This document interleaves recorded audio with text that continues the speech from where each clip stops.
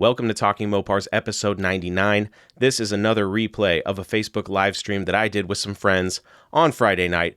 Great time as usual. Johnny Mopar showed up, our buddy Irvin, and Ian, a new face to the show, showed up, and it was a great time as usual. So without further ado, if you are a Mopar enthusiast, then you are in the right place. Don't go anywhere. You're tuned into the best Mopar enthusiast-driven podcast on planet Earth, and I'm your host, Chris Albrecht, better known as the Mopar Hunter, and this is Talking Mopars Live.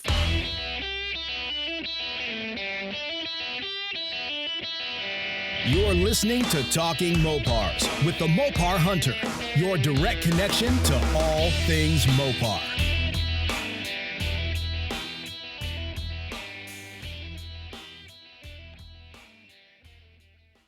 What's up, everybody? It is Friday night, 10:30, and we are doing a live right now, and I have Johnny Mopar in the building. But before I bring him on, I got to say a couple things here. Actually, let's bring him on. Johnny, get ready, buddy. There he is. What's going on, Chris? What's up, brother? Not much, man. So before we get started with this live, you just live yourself. I did. Now tell us about that, because I didn't realize you were going live. Had I known that, I would have wrapped up what I was doing a little sooner. What happened? I didn't know I was going live either. I've been thinking about doing it for a while. It's like in the back of my head, and then it's not what I prefer, I guess. I mean, I have some ideas that I'd like to do, where like interviewing people are just like two people talking. Yeah, and sure. Actually, when I get there, when I decide to do it, I'd actually like you to be my first guest, if that's possible. Hey, I would love that. I would be honored. Great. Well, I think it'd be appropriate too, because it's like, dude, I mean, you've kind of opened a world to me that, I never really would have stepped through had it not been for you and Talking Mopars, So I think it would be cool to have you on there, kind of reverse the roles a little bit, and I'll ask you all the questions, Yeah, absolutely. I would be honored to be the first guest. Sweet. So you tell me when, and I'll be there. It'll probably be after the duct tape drags, just to get all that shit behind me, and I can relax, and then I can focus on that kind of stuff. But yeah, today it was just, I've been kicking it around for a long time. You've been pushing it, you should do it. And yeah, I just never really crossed over. And then, I was planning on coming on to your thing tonight if you were going to do it. And since you were going to be late, I was like, let me screw around. Let's see what happens. I honestly wasn't sure if anybody would be on, but I think we had about 16 people on there at its peak. So yeah, it was a good time. Good conversations. It's just comments. I got to read the comments, so that kind of sucks, because there's like a little bit of a delay, and I'm behind, start talking about a story, and then it's like 50 comments went by, so, but yeah, it's definitely a challenge with the comments. What's up, Paul? What's up, Rick? Yeah, that's the biggest thing for me, is like I get into talking with whoever's on screen with me, or I get into just talking, and I forget about the chat sometimes. So I have to keep looking over, and then it's like when you're in the flow of things, you don't necessarily want to stop everything, right.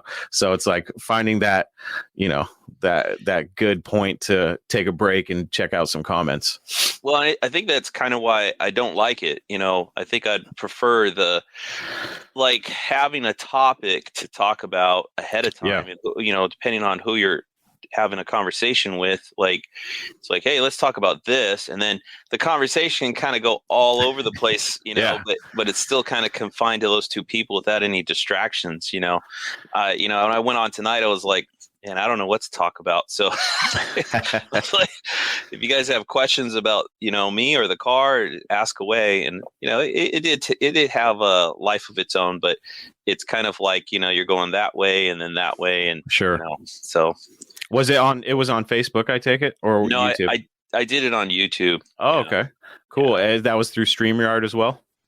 No, I don't have StreamYard yet. How did you go live on YouTube? Do they have their own platform? Yeah. Really? Yeah. Wow. It's like I don't know. There's a button. Want to go live? Yeah. I click the button. Oh, wow. Maybe I should try that. I'm paying for StreamYard. What the hell's going on here? Yeah. Well, I don't think you could do like, having guests on without StreamYard. You can't do that with YouTube on its own. You could only do the live stream where it's just you and then people putting comments in. I don't know how popular YouTube lives are, but I mean, aside from like the really big channels or whatever, but I imagine that, 16 people just firing it up on a Friday night, dude, those are good numbers, man. That's really good. Well, thanks. I appreciate it. It was cool because almost everybody in there, it's like I've talked to them at one point or another. Cool. So whether it's through the comments or, the group of guys that have their own YouTube channels and stuff and kind of the YouTube network, I guess, so. Yeah. I think it's something with the algorithm. I think when you go live first, I think YouTube will rank you up or at least give all your people notifications because they want you to keep doing that because they want to keep people on their platform. Like when I started doing the live videos and I was getting hundreds of thousands of views, I was like, how is this even possible? You know what I mean? Yeah. And I noticed that they started to fall off, even though I used the same strategy. So I was like, all right, either people hate me after the first video or Facebook, I noticed they keep sending me notices to, oh, hey, pay to boost your posts or whatever. And I was like, I'm not paying you guys anything. Yeah. Maybe they gave you some freebies up front. And then, yeah. I think so. But yeah, I've always been trying to beat the algorithm, so I will continue trying. What I tell you what, on the YouTube side, I've noticed like the subscribers have been slowly climbing. I mean, they've been steadily climbing. And even when I go on YouTube and I'm searching something, if I search something Mopar related, it's like I see myself in the, like being promoted or suggested, I guess, So I'm like, huh. So what I've noticed is lately I've been posting a lot because how I make my videos for, the charger build, my phone only has like so much space. I only have maybe 2 or 3 gigs to play with. Sure. It's there, all the other shit that's on there. So I can record maybe like an hour's worth of stuff. Well, yeah, probably at the max, and sometimes I go over that. And what I'll have to do, because when I use my editing app on the phone, it saves it. So it's like it basically instantly doubles the size of whatever videos I have on there. So then I have to delete the videos from the normal part, and just have the videos in the app and then tweak them or whatever, do all the editing and stuff. And then I got to push it out there. So I'm doing this like constantly to get the shit off of my phone so I can record more stuff that I'm working on, So I've been launching maybe probably on average about 2 videos a week. And yeah, I think they've been pushing me because of it. So yeah, you and the rest of the guys, man, I can't keep up with all your videos. I'm sitting there driving a garbage truck listening to some of them, and I'm like, it's tough because I don't want to just listen, especially with your type of content on YouTube. I want to watch, So I've got that same issue. It depends on what you're watching. Like there's some guys I listen to with financial stuff, and you can just listen to them like radio. So I'll play them while I'm driving the car. But then there's stuff like, like car related, and they're like showing like, hey, check this out, and they're talking about something and it's on the screen and you're like, I got to drive and you want to look, Yeah. So, yeah, it's definitely a challenge. Ian says, heck yeah. Let's go. You're right. Cody wants to know what motor is going in your charger, Johnny. It's a 440. Yes, it is. Yeah. So give us an update on, for those of you that are behind, Johnny's going to give us an update on the charger that he's getting ready for the drags, the duct tape drags or the zip tie drags. I get them confused all the time. It's duct tape, right? It's duct tape. It used to be zip tie drags. Okay. And then I think when the COVID stuff hit, because I think, what is it, Motor Trend? Motor Trend actually sponsored it as the zip tie drags. And then they killed it. And then the track itself, I think Tucson is putting on the duct tape drags with Freiburger's promotion of it. Oh, okay. So, yeah. So it's the duct tape drags. So where I'm at, sorry, I think my son might have been sneaking in or something. Oh, So no worries, man. over. So the car it's a ton of work, man. Sure. To be honest with you, it's been a ton of money too. I was roughly going through all of the expenses, and I don't think it's capturing everything, but I'm probably about 15 grand deep into the car right now. Woo! Yeah, Woo! it happens like that, man. Yeah. See, folks, you can get a Charger for cheap. Yeah. That doesn't mean building it's going to be cheap. No. Yeah, that's a testament to when you want to get something on the road, man. That's and it cool. depends how you build it too. I'm trying to. The car is. How would you say it? It's like it's got a couple of extremes because there are some things I'm trying to make it a hot rod. So I'm spending some big dollars on some things, and then I'm trying to keep it as cheap as possible on other things, So you might like for example, just off the top of my head, I'm working on the suspension right now, and I just put the struts in it. I reused the strut bars. One of them was bent. Luckily, I've got spare parts and stuff, so I put used ones on it. On my mom's car, I put brand new ones, which are like bigger and thicker and more stout and stuff, but they cost more. They cost money, Sure. So I'm trying to keep it cheap that way. But then stuff like I bought the torque converter. It was like $600 from Dynamic. Frank Lupo dynamic converter, which is I have it in my Coronet, and I love that converter because it's got a high flash or a high stall, but I don't know how they do it, but it actually, like if you're just driving it normal, it doesn't slip like a typical high stall converter. It actually engages at a lower RPM. I want to say it's like 300 or 400 RPM below its flash point. You can drive it around, the car will engage, so it's more streetable. Cool. Yeah.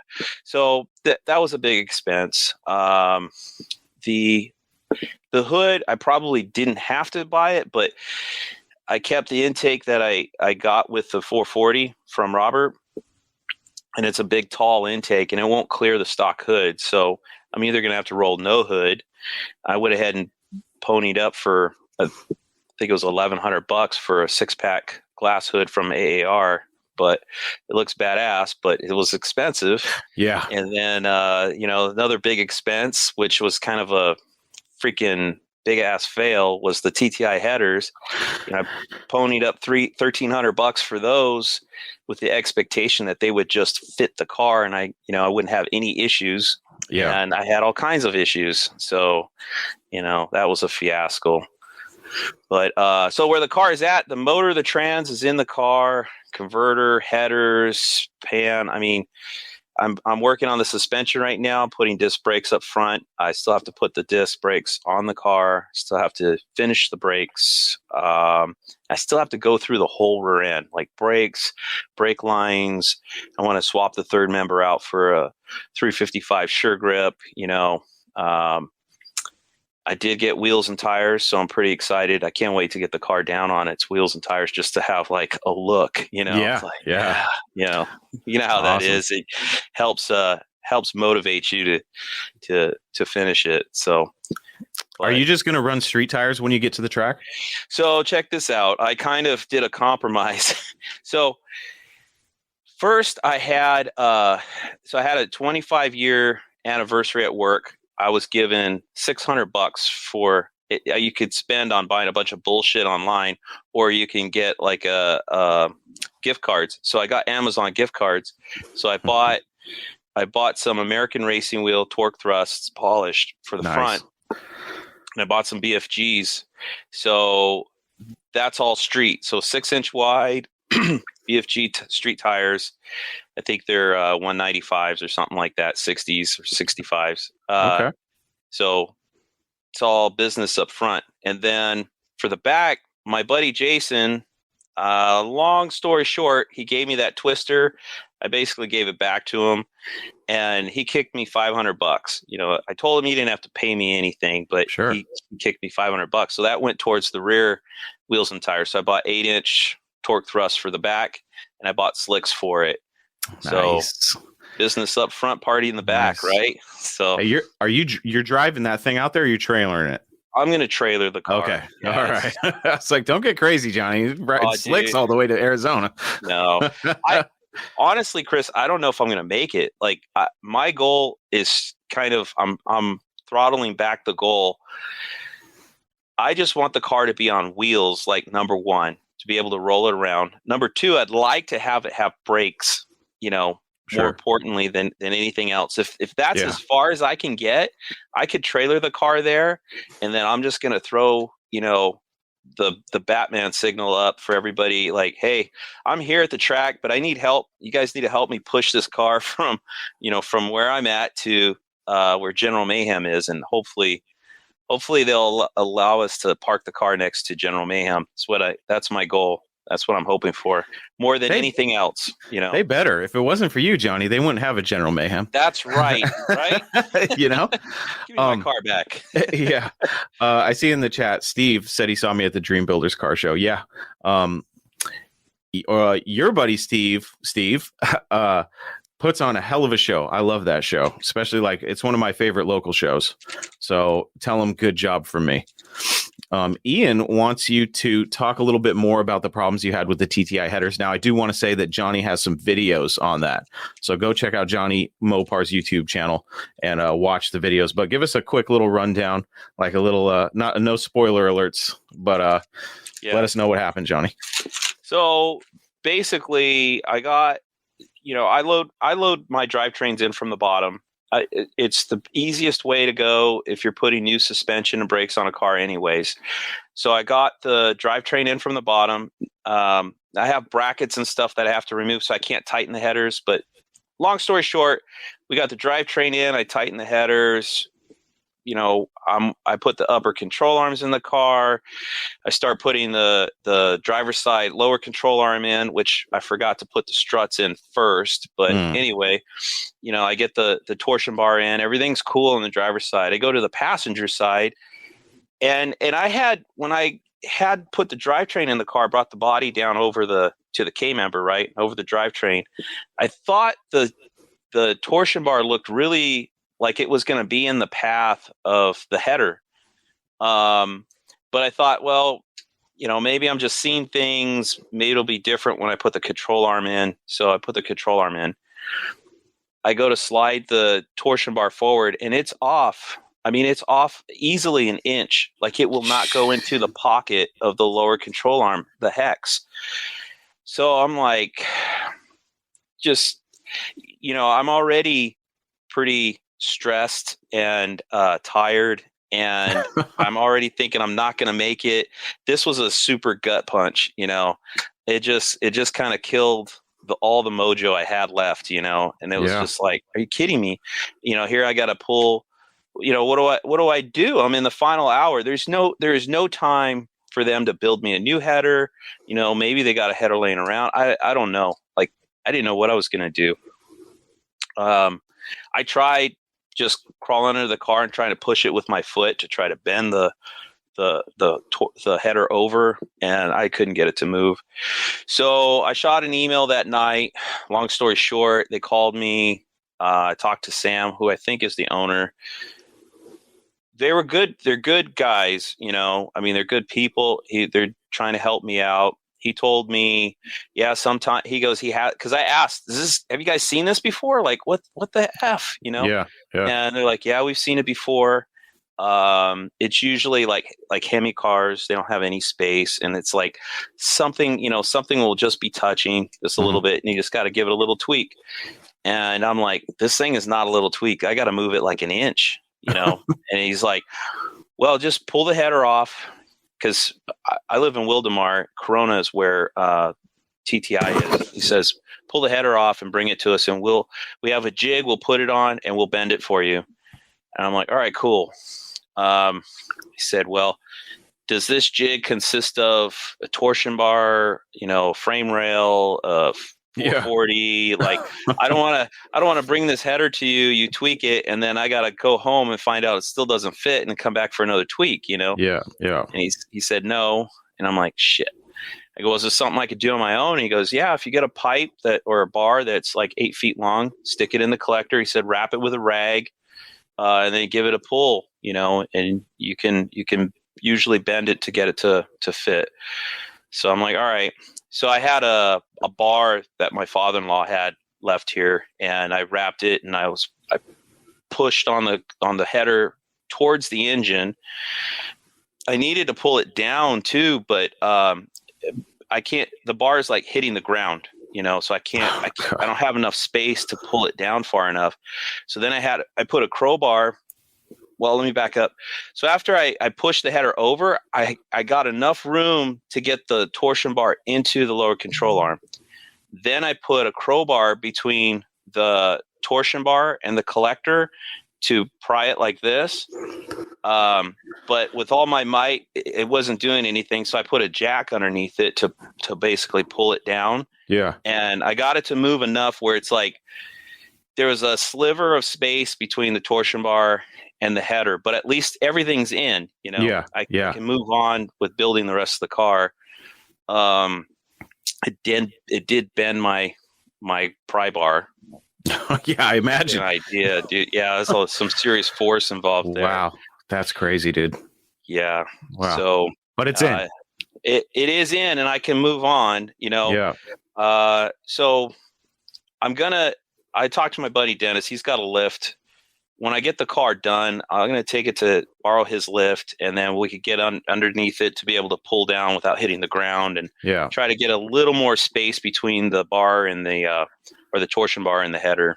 So it's just, I'm not trying to talk shit, but come on, $1,300. I better be able to bolt that sucker up and not have to, I mean? That's why I bought them. I mean, they're not cheap. No, I've bought them before. I put them on my 68 Cornet. They fit like a glove. So since I posted that video, a lot of people have reached out to me, made comments that, I've heard everything. So a lot of people say I bought them and they fit like a glove, no problem. I'm like, yeah, me too. That's why I bought them again. Yeah. And I've heard a lot of people say they've had the exact same issue as well. So. I think there's something in their process. When I talked to Sam, he was adamant that, every header is exactly the same. And he was saying that there's differences from one car to the next. When you put one part, like, let's say the idler arm, I'm just thinking off the top of my head.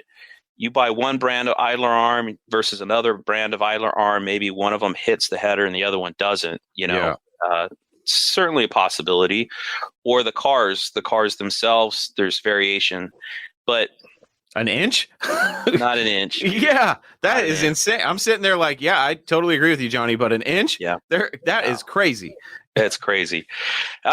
So they were cool and they were receptive, and I talked to them. I got the car tweaked or the header tweaked enough to get the bar in. So I emailed them the next day. So I did there's 2 videos. One video was I was filming the lower control arm video, and that's when all this shit happened. So it's the raw video, and I hadn't released it yet. So I did a separate video of me fixing the header. I was more calmed down by then. It was the next day. I'd already talked to them, and I sent them a link to that video just to say, hey, this is what I went through. I think you guys should look at your process, look at your jig, check the lot history record. Did maybe the jig used for my header was for a different car? Like the left header was for a Charger, but the right, or B body, the right header was for something else, and that's why it's screwed up. But they haven't responded to that. I don't think they will. I basically told them it's fixed. I'm good. But whatever. That's on them. They have the right to do that. I think if they keep making headers like this and people keep having issues, and like I think I said this already, there's a lot of people that reached out to me and said that they had the exact same thing happen. So I'm not a single occurrence here, Yeah, sure. But if that keeps happening, they're gonna lose their reputation, and people are gonna not buy their headers. So I like what you said about having kind of like a mock-up of a B body, with the big block frame rails and all that stuff, so they can just put it up there, make sure it's good, send it out. You know what I mean? That's a great investment for them to make, so that they don't have to deal with these future customer service issues that they're having. Well, and here's the thing: they actually have that. Because I've seen them at the car shows, and they have like frame rails laid out with, sometimes they're cast iron motors, sometimes they're styrofoam or whatever, or foam motors or whatever. Yeah. And their headers are mounted on there so you could see them. And he was saying he's got that stuff, but he doesn't have access to it. So I don't know if it was like in storage or whatever. But, from putting my engineer hat on, if I was them, I would care. I'd watch the video. I didn't tell him about the raw video that I released later. But if I, as a manufacturer, saw that, I would be like, holy shit, this is what people are really going to go through. This is your reaction. It's going to be, that was my raw, honest reaction. I'm dropping F-bombs. I'm pissed. If people go through that kind of agony after dropping $1,300 on your product, they're not going to buy from you anymore. So you need to fix it. Yeah. And I think, even if they got a jig and it's not quite the frame rail and everything, like you could rig up a bar that's going to lay in the path of where the torsion bar would be. Like, boom, let's set this in here. Oh, it's hitting. Oh, we got a problem with this set of headers. Oh, it clears. Okay, this one's good. Pass. Like some sort of quality check before it goes out the door. They really need to, because it's not the days where you only had to worry about the word of mouth at car shows and stuff, because now you have the internet and you can reach thousands, hundreds of thousands, millions of people, because all it's going to take is somebody to go into YouTube, the biggest search engine in the world, and type in TTI header install, and there's Johnny Mopar. Oh man. Yeah. They need if I was TTI, and you're my friend, but I would, especially if I find out the guy's making videos, I'm like, all right, we got to make it right for this guy, because now it's kind of like if a newspaper fucks up, they're never going to put, hey, we screwed up. This is our redaction on the front page. It's always going to be in the back page. So it's like, this is their chance to reach out and say, hey, Johnny Mopar, here's some free headers. Try this again. And then Johnny Mopar can do a video where like, hey, they sent me a set of headers in good faith, and these ones work perfectly for your next project or something. Right. I don't know. That's what I would do, because I don't want that type of a reputation out there. Right. No, I mean, if I'm them, even if they didn't want to give me headers, like I'm okay with that. Sure. Like, tell me what went wrong. Like let's try to figure out what went wrong. Like hey, my door's open. If those guys wanted to come to my house and look at the charger and see how close it is, and you've got the video, that's why I wanted to record it too. It's like, because after I bend it, it doesn't look so bad now, but in the video, you could clearly see how far off it is, and you can see the frustration I went through. So, I think you would ask yourself, how can we make sure this doesn't happen again? I'm more than willing, if they came back and said, hey, Johnny, we saw what happened. We feel really bad about it. We implemented this change in our process to ensure this never happens to anybody again. I would totally share that. I would totally, do a video on it, so all those guys that see the other video can see that, like, hey, okay, that I don't have to worry about it anymore. TTI took care of it. We're not going to have that issue anymore. But if you do see that video, you're gonna, it's I'm still a small channel, so it's not like I'm reaching thousands of people yet. But someday, and like you said, somebody searches TTI headers and that pops up. If you saw that video, I've had a lot of people tell me. I'd say probably maybe like 3 people or so were like, I was just about to pull the trigger on buying TTIs, and they're like, I'm not buying TTIs now. Who would take that chance? I mean, if I saw that video, no matter what TTI's reputation is, you see that video, it's not like, I'm just seeing you at a car show and telling you like, hey man, I had issues with these headers. They can go, yeah, whatever. You're probably full of shit or you're exaggerating or whatever. It's like, this is on video. You can look at it yourself. You can be your own judge of it. You don't have to listen to anything I say. And if you saw that video, you're going to go, why would I spend $1,300 and go through that shit? Like, I'd rather buy some Doug headers that, yeah, you know? Yeah. Shit, I'd go buy some headers that didn't fit and just beat the hell out of them for a couple $100. You know what I mean? If that's what you're going to end up doing, exactly. $1,300 and I have to modify, I have to bend them. Yeah. You know, like I could understand like a millimeter, something like that, but an inch off, that is just ridiculous. Yeah. And I can't imagine the car is tweaked in any way to the point where it would be an inch off. That would be insane. No. Yeah. I mean, how it'd have to be tweaked. Like if it came from the factory tweak, it's like, well, we'd have to tweak the car and the K member because these are two separate pieces that join the torsion bar, you know? Yeah. It's not the car, dude. It's not. Yeah, they're sloppy. Maybe they're a quarter. They could be even a quarter inch off, you know, and it's like, in most cases, it probably still work. But no, dude, that header was way off. I couldn't get the torsion bar in at all. And I'm like, wow, that's insane. How do I? What are my choices here? I was literally, you know, my first thought was, there's not going to, no matter what they do to try to rectify it, if they built me a new header or try to fix this one or whatever, it's like, I don't have enough time. I was going to pull the header off and put a shitty header, an old header I have laying around on the car just to get to the duct tape drag. So when the hood popped, you're going to see this nice, beautiful, bitchin' ceramic coated header on one side and this like half rusty shit, you know, 1 7/8 tube header on this side. That would have been rough. I'm glad you got it figured out. It should have never came to that, but at least it's taken care of, and you can take it over to Dennis's place, throw it on the lift, and fix it. Get a little bit more clearance. But I'm happy to hear that you're coming along, and it sounds like you're gonna make the duct tape drags, dude. I knock on wood. I hope. I'm going. I've already spent money to be there, so I'm going to be there, and I hope the car's going to be there. I don't know if it'll run or not, but I will fly down there and help you push that son of a bitch. I will. All right. We're pushing it.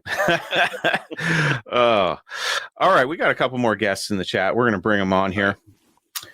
Ian 440 and our buddy Irvin. Let's bring them on here.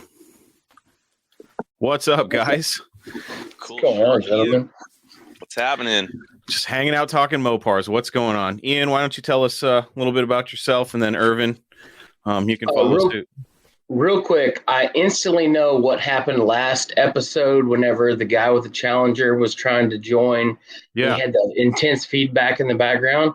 It's because when you join here, but you're already joined on Facebook, it does a double. Oh, yeah. I didn't even think about that. I figured that out quick and killed the Facebook Live because that's instantly what that was. So I see. Perfect. Well, thank you. Thank you for that. Tell him next time because that's exactly what that is. Interesting. Yeah, that's a great point. I didn't even think about that. It's one of those things where you're in the moment and I'm trying to figure it out. I'm like, I got to keep going. This is dead air. This is bad. Yeah, sure. That's why. I was watching and I was like, this doesn't make any sense. But as soon as I joined this, as soon as I got onto the StreamYard thing, I knew exactly what was going on. So interesting. Tell him that next time. So. Yeah, it was so bad. I was like, oh God, I hated to do it to Steve, but in the audio version of the podcast, I had to cut that entire part out. I was like, sorry, Steve. We'll get you on. You on another episode. So what's happening, man? Not much. Just enjoy watching you guys chat every week. Been a Mopar guy my whole life. I got brought home from the hospital in a 73 Satellite Sebring Plus. Nice. I've got pictures of me in the rear-facing seat in the passenger seat of that car. Just been a Mopar guy my whole life. All right, hold on a minute. How old are you, Ian? I'm 43. 43. I didn't know they had car seats back then, man. You know what? My parents were super progressive. Absolutely. Okay. Yeah. I got brought home. No kidding. My mom My mom's been she's a school teacher. She's been one of those progressive people her whole life.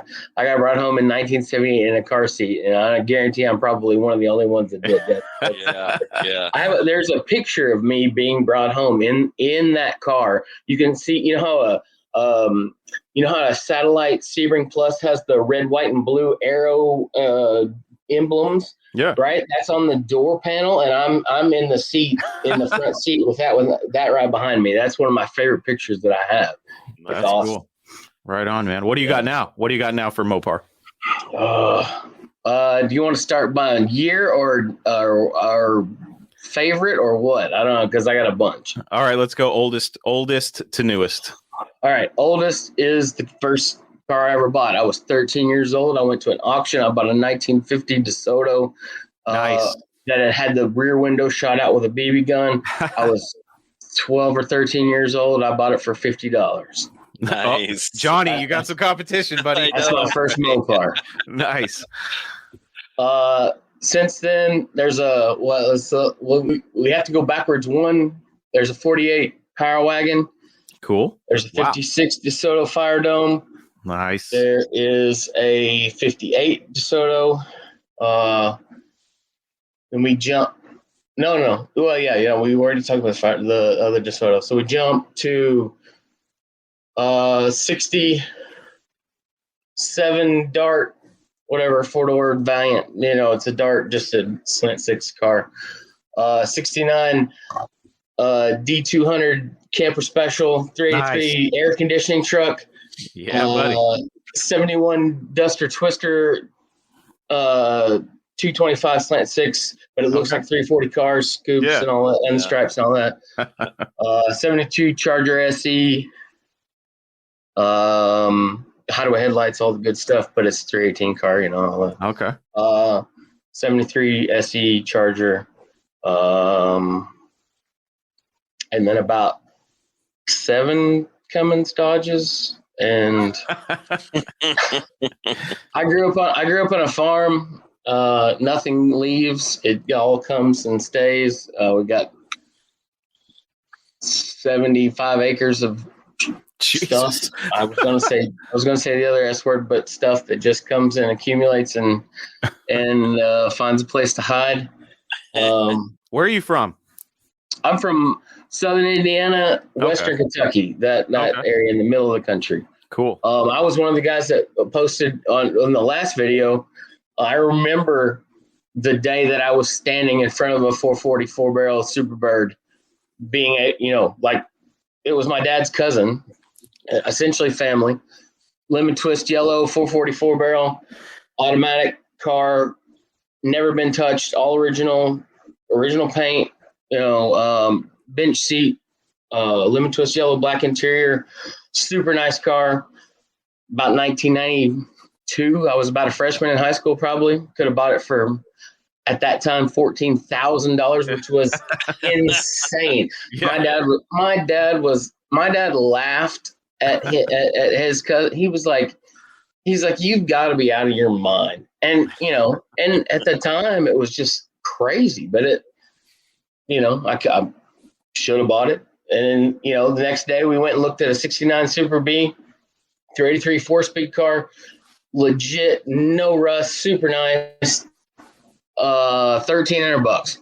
Nah, we can get that truck car for $500. Next day we went and looked at a 69 RTSE 383 4-speed AC Charger.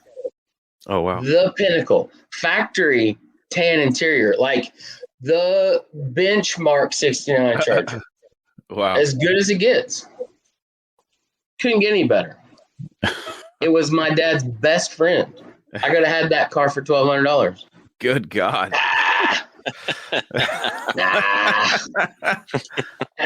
I was like, no, seriously, I will do anything that needs to happen for that car. My dad is one of those guys who's always like, we'll leave and we'll come back later and then we'll get a better deal on it. Because honestly, he bought a lot of his stuff that way. And when I say a lot of his stuff, I mean we have acres and acres and acres of semis, antique tractors, all just stuff. I mean, as far as you can see, and most of it was purchased in that way. Was purchased by You go look at it. We'll come back, and then you come back the next day or 2 weeks later or 6 months later, and you get it for a fraction of what it was, what they asked for it, right? That doesn't work for me. It doesn't work for Mopars. It honestly hasn't worked for Mopars since I'm 43 years old. It hasn't worked for Mopars my whole life. And I tried to explain that to him. Unfortunately, he passed away last year, but I tried to explain that to him from the time before I could drive. I said, Dad, you don't understand. I said, the cars that you knew where we're sitting for years, we need to go buy them all. Trust me, we need to go buy all of them. And he was just like, we can do it, but anyway, that Charger, that was my dream car, and it was his best friend, and it's a legitimate 69, 383, 4-speed air conditioning RTSE Charger, like the pinnacle, like luggage rack, like every option you could get on a 69 Charger, it had it. It was amazing. $1,300. The guy that bought it didn't even want it. The guy that bought it, that he bought a Challenger, a Pro Street tubbed Challenger that was a pack. He bought it as a package deal. Wow. I cried. I'll be honest. I cried over that car for years, and it was, but it is what it is. I mean, I've got a book I could write about the cars that we passed up in the 90s whenever this stuff was taken off. I mean, there was, it was already known how exponential these things were going to go. And I still could have bought and should have bought dozens of cars that I got. Especially in your area of the country. It seems like they're still out there in fields and shit right now. They really are. It depends. And I'm not going to give up my honey holes because I still know where a lot of cars are. But there are certain parts of the Mid-South. I'll give you that much. The Mid-South, there are still parts that are unexplored, and there is stuff everywhere. It's sure. Still there. I'll just go ahead and just be honest. West Tennessee and Arkansas. Arkansas is a gold mine. There's stuff everywhere, but it's because it's like a wasteland. I mean, there's nothing in Arkansas, and I've got lots of friends there, and they love being there, and God bless them. But there's stuff hidden everywhere in Arkansas.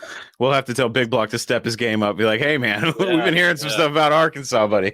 Hey, I'll be honest, it's there.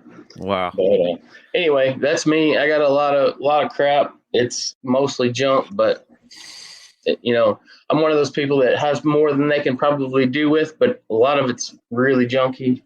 I just have been enjoying the hobby for a long time, and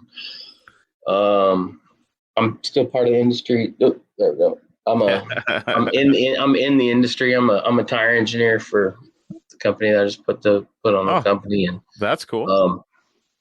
I'm one of those people. I grew up.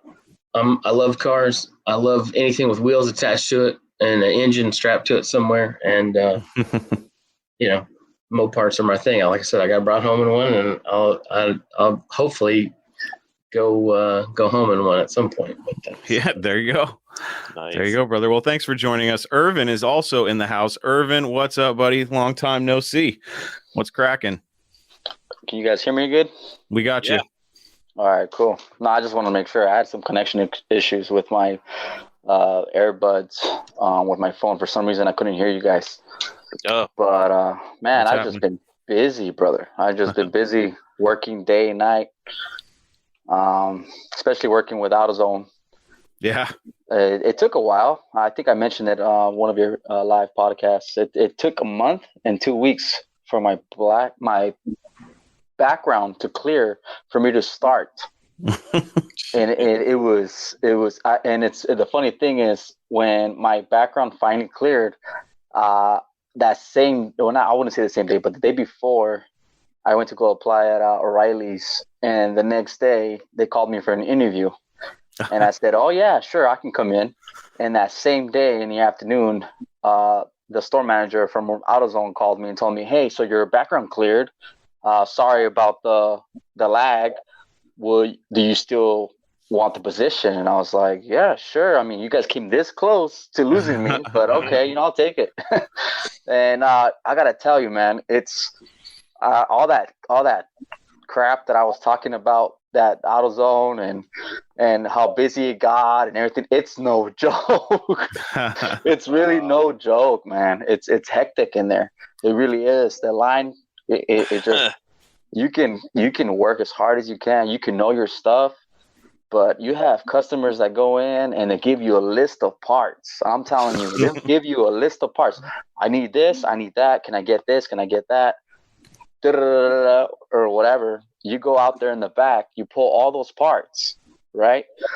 You go back to the customer and you're like, okay, I got your spark plugs. I got your water pump, your thermostat. I got your serpent belt. I got everything for you. This is your total. And then as soon as they see the total, they're like, oh, Jesus. And they're like, oh, never mind. I'm going to take this air freshener. And I'll be like, what? You just had me go, you know what I mean? Like, I climbed the ladder just to pick your crankshaft sensor from the very top of the shelf just so I can fall, down or whatever, come to the counter, show you the sum total of your list, for you to tell me that all you want to buy is an air freshener and some Lucas gasoline treatment. Like, dude, I swear I ate all my words. Like, now I understand what those people, those employees, what they deal with. Sure. And you know what? It's like I told you guys, like, before I applied for that job, I saw how crazy understaffed they were. I saw how bad it would get in there. So I decided to just go ahead and accept the challenge, and I applied. Well, now I know. Now I know. It's no joke, bro. So let me ask you this. So you work in a parts store and you're a mechanic. You're still a mechanic, right? This is your second job. Oh, this definitely is a second job. And I'm going to tell you this. I messaged you a couple of days ago, and I told you I had some crazy promotion news. Mm-hmm. So I work part-time for AutoZone, and the store manager, he wants me to work full-time. Really? And I told him the only way I will consider working full-time for AutoZone is if you guys match pay my full-time job. That's the only way. And you got to guarantee that I wouldn't work less than 40 hours a week. And he told me that's not a problem. Wow. And he said, my plans for you is for you to get that gray shirt. And I said, a gray shirt means manager. Yeah. So he wants me to become a manager. And I swear, I looked this guy in the eye and I said, I just started, dude. Like, what are you doing? He said, no. He said, I can see it. He said, I'm knowledgeable on a lot of parts. I know my stuff, and he noticed that I can actually pretty much hustle and help customers all at once. I've been going out of my way because it's like I don't know how to say it. I don't know what words to put together, but working as a mechanic, I just like to help people. And working at AutoZone, you basically deal with customers all day. So when customers have questions, when customers need help, I'm always the one. Well, not all. I mean, I'm not saying I'm always the one, but my first reaction is to reach out and go above and beyond and help those people. Even though I work at an auto parts store, Sure. Sometimes, I mean, you should see me. I come home from work, from AutoZone. My hands are still greasy and dirty because I've been working on other people's cars, working at AutoZone. And my family looks at me like, hey, I thought you said you work at AutoZone. What are you doing? Working on cars? You're doing oil changes now? And I'm just like, oh, it's just that some people need help. Some people need to figure out what's going on, or what's up with their check engine light and stuff like that. And I like doing that. Other employees in AutoZone, hate to say it, but they make up excuses. Especially because of COVID, they'll be like, oh, when a customer comes up and tells them, hey, can you guys come check my car or whatever? And they'll be like, oh, because of COVID, we can't go out there and we can't check it out. I'm sorry, we're sorry. And I just look at them like, and I tell my boss too, I'm like, hey, permission to, step outside, and they're like, yeah, go for it. If you want to, you don't have to, but go for it. And I said, yeah, well, I'll go out there and I'll help them. And as soon as I'm out there in the parking lot, everyone sees me working on in the engine bay, and everyone's like, oh, hey. They're just like, hey, excuse me. And I'll be like, You got a line outside. yeah, dude, there's no way you're coming back inside without having to work on or touch like 3 different cars. But hey, man, it's I gotta say, I feel like I'm repeating myself, but working in AutoZone, it's no joke. It really is. I learned my lesson that way. That's good for you, man. It sounds like there's some opportunity there, and it sounds like you're a good fit for, running the place someday, right? Right, right, yeah. It honestly needs to be said that the car guy needs to be a little bit more respectful of the auto parts store guy. Yeah. There's been the thing that goes along with social media and all this stuff where, everybody just talks crap all the time, but there is a need for the automotive enthusiast and don't take this the wrong way, but semi-knowledgeable to knowledgeable guy to work at the local parts store. That is a necessary thing. The normal people who aren't car people need that guy.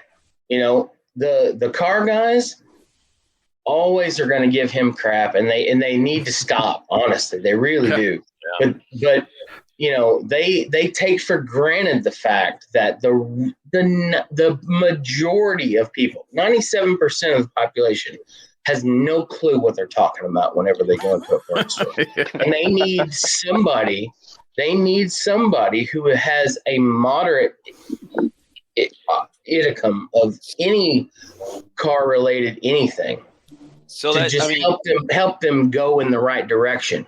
So if somebody has a real interest and a real education and knows more than 5% of whatever, just random guy that's been given some videos to watch, that makes all the difference in the world. It really does. And those guys need all of the backing from the rest of the car industry to really say, just give them a break, because man, they get so much crap from the car guys, and it's unfortunate, really, because I've been there.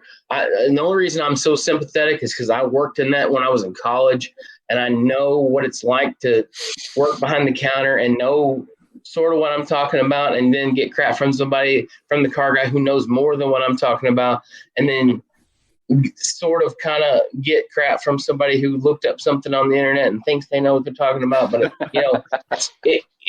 it's tough. It really is. And so the O'Reillys and the Advanced AutoZone guys, they get stuck with a bunch of people who either A, don't care, or B, do care but don't know what they're talking about, or are somewhere in between, or a little bit higher or lower. But they don't get any respect whatsoever, and I really think they should. I honestly think, just give them a break. Just give them a little bit of a break. Well, I agree with everything you say. However, there are guys that work in those places that are the reason that they have a bad reputation, or at least some of them have a bad reputation. Yeah, they're looking at thermostats for Volkswagens, right? Yeah. We all know that. We all know that. Yeah. It's like I go into those places, and it's like some of those guys, like, why are you here? Like, they don't know what a wheel is or a battery is, And it's like I try to avoid them like the plague, because especially dealing with our cars, they're old and a lot of stuff is obsolete and you can't find it. And it's just like, my computer doesn't go back past 1976. And it's like, really? Yeah. Those places, they need guys that are car guys working in there that know at least a little bit. You don't have to be an expert. You don't have to be like, a mechanic that for the last 20 years, but you got to know some basic stuff. And the places I go to, like AutoZone, or I'm sorry, O'Reilly's is normally where I go to. I don't think the guy works there anymore, but there was a guy in there, and he's just like that guy that knows his shit. He knows everything, and it's like, you know, you're kind of hanging out down the hallway, like waiting. He's talking to somebody, dealing with a customer, and you're just waiting to time it just right. So when that guy walks away, you're like, whoop, you know.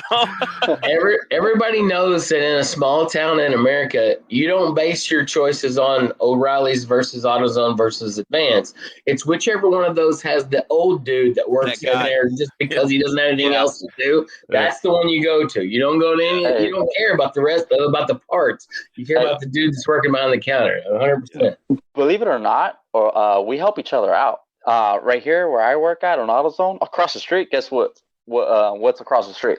And O'Reilly's? O'Reilly's. Yep. It's across the street. So we know each other's numbers. So when there's a customer that comes in and it's looking for a certain part and we just don't have it, or any other of the 3 or 4 AutoZones in our area don't have it, we'll tell them, go to O'Reilly's. And they'll tell us the same thing. Well, what if O'Reilly's doesn't have it? I'm like, I'll call and I'll double check for you. Sure enough, I call O'Reilly's. I'm like, hey, this is Irvin. I'm calling from AutoZone on Savers. Damn, you should bleep that out. Can you do a stock check for me? And then sure enough, they'll be like, yeah, sure. What's the part or whatever? And I'll be like, hey, O'Reilly's has it. You know, go across the street. It takes you 1 minute. You'd be fine. But we do help each other out, believe it or not. That's good. Yeah, that doesn't happen where I live.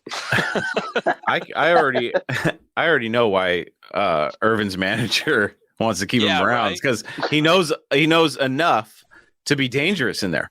You know what I mean? He probably saw what Irvin was doing. He's like, "Oh, so you're a mechanic too?" And he's like, "Stay." He pulled a Billy Madison. He's like, "Stay here. Stay as long as you can. Don't go anywhere." No, the store manager, especially after having these crazy, you know, lines out the door, he sees how, you know, I try hustling because I'm just trying to help as many customers as much as I can. And when I'm on one computer, I'll try helping one. And if they're taking too long or they're still trying to figure out what they want, I'll jump on the other computer. I'll be like, can I help the next person in line? And, you know, I'm trying to get them going, because to me, it's like, I don't want to spend, you know, minutes working on one, someone that just wants to know what the oil capacity of his car, you know, his car or whatever. But, you know, I'm trying to move as fast as I can. I don't know if I just started. Who knows? I might be this good now, and then a month later, I might be like, oh man, forget this job. You know, like, you know, yeah, exactly.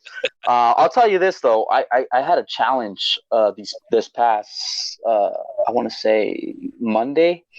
I was closing, and this customer came in and completely threw me off. He came in and he said, hey, so I'm looking for a power steering belt. I said, what's the year of the car? He said, oh, it's a 1975 Chevrolet C10. But it has a 1989 Chevy Corvette engine in it. But that has a 1986 Pontiac Firebird power steering. And I'm just like, dude, what the? I'm like, how? Like, I legit looked at this guy and I said, out of all the stores, you came to this one. How am I supposed to find? And it was a mess. I had to go out, and I'm just like, so you built this C10. What's going on? He's like, oh, it's kind of a little project car. And I'm just like, well, what do you need? He's like, I need this belt, but this belt's too small. Maybe you can look up this car for me. And he held up the line, man. People were just like hating him.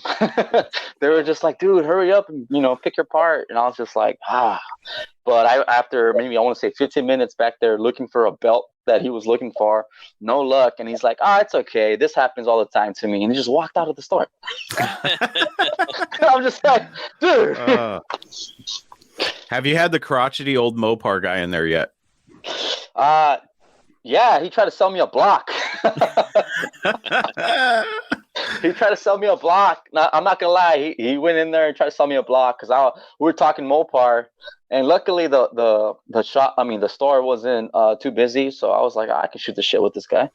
And we're talking, and he's like, he was talking about he was building a 5.7, and I was like, oh, that's crazy because I got to rebuild mine. And he's like, oh, really? What car do you drive? And I was like, I drive a 07 Charger RT. And he said, okay, well, I have a block for sale. If you're interested. And I was just like, damn, how'd you know? And he's like, what? I'm like, I spun a rod bearing. I need a block. He's like, really now? He's like, oh. He's like, do you have 2 mortar mounts? And I was like, well, let me go check. I went to go check the mortar mounts, and I brought them down. And he's like, how much are those mortar mounts? And I was just like, rang him up. And I'm like, oh, it's about a little over 100. And he said, well, how about how much would you give me for that block? And I just threw it out there. I'll give you $200.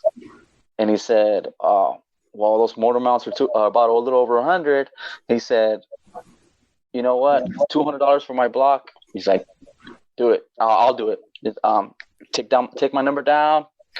You buy my block, I can buy these mortar mounts. And I was just like, wow. My boss is right next to me. Yeah. My boss was right next to me. He's just laughing because he couldn't believe it. He's like, dude, you just made a deal, like working at AutoZone. And I was just like, I know, right? Like, wow, the advantages that I have. You use that employee discount to get a cheaper price on those mounts, or what? Oh man, I didn't want to hook him up that good. That's funny. Let's jump over to the chat really quick here. I don't know where Johnny Mopar went, but in 1998, when I was working at Advanced Auto Parts when I was in college, the Mopar guy that you always wanted to deal with but also didn't want to deal with was named Johnny Mopar. His name was always Johnny Mopar. Always. It didn't matter if I was in small town Kentucky, big town Kentucky, always Johnny Mopar. He was the guy that you always wanted to talk to, but you also didn't want to talk to because he was going to waste all of your time. Every once in a while buy an expensive part, but most of the time just waste your time. But his name was always Johnny Mopar. Always. How many fucking Johnny Mopars are there? I know of at least. Now there's 3. I know of at least 5 in Kentucky. Oh wow! He knows a Johnny Mopar, a Cletus Mopar. Yeah. Absolutely. Oh shit! 100%. And they're all related. Yeah. Bella said, "First time here so far, loving the podcast. Thanks for listening, Bella. Appreciate you." Ian, this is, what are you saying about that hammer mod on headers? Oh yeah, I was just saying it was impressive. I mean, that was one of my favorite episodes of Engine Masters, where they bashed the absolute crap out of TTI headers and still got relatively the same performance results, and basically told us that, you know what, you can spend $600 on headers or $1,000 on headers or $200 on headers, and if you need to clearance them with a ball peen hammer, do it. It's not going to matter one bit. I thought that was very interesting. It's one of my absolute favorite Engine Masters episodes.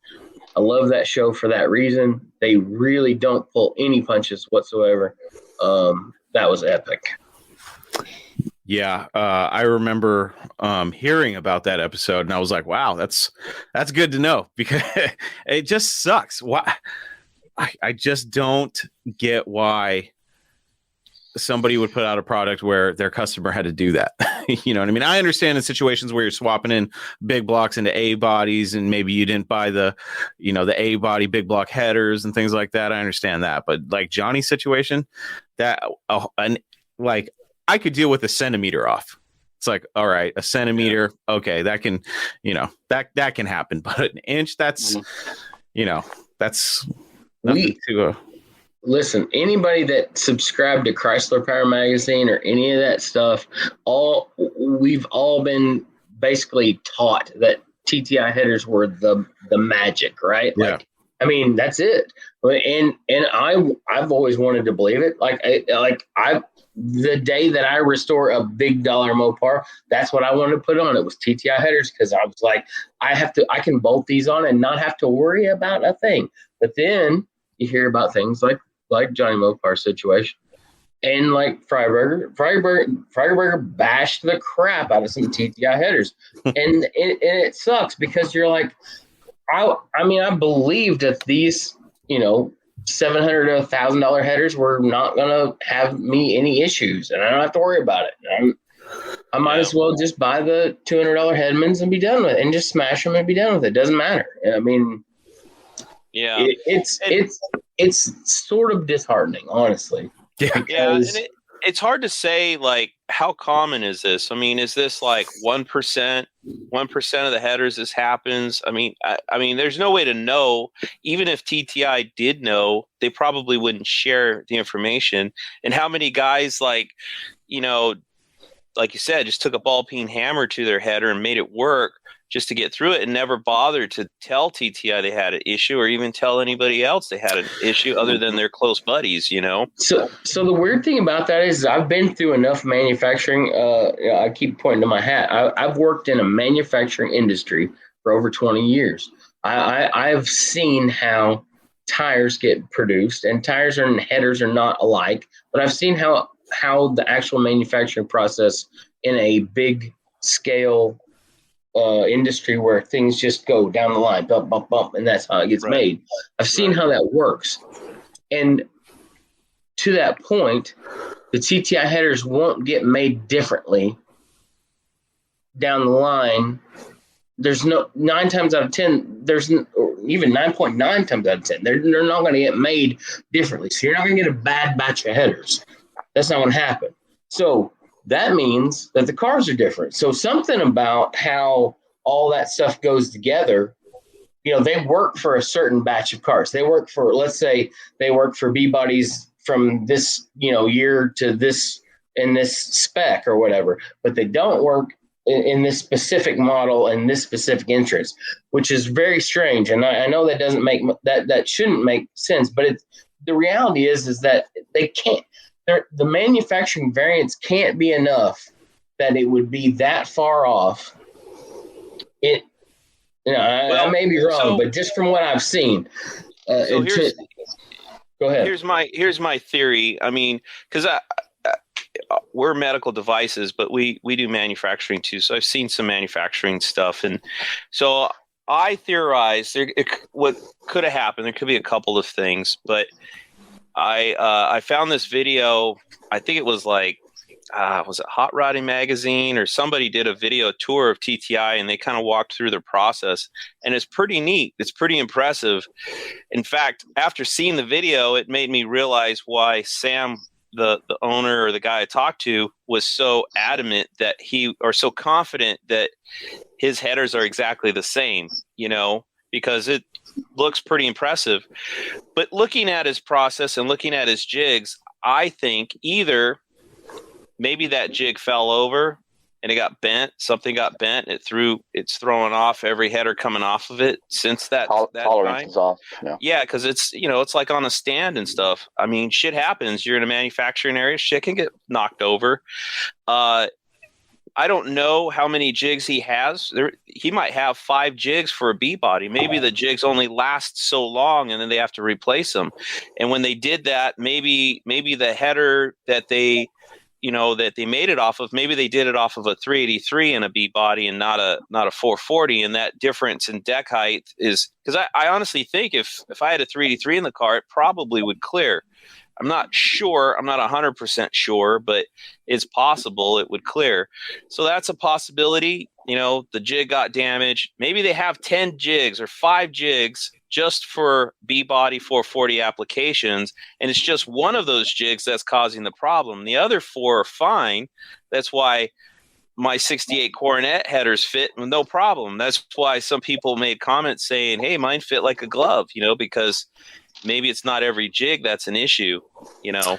I can tell you, the guy, somebody said maybe the operator was drunk that day and he just, you know, put the pipes on wrong and welded it in wrong, you know, who knows?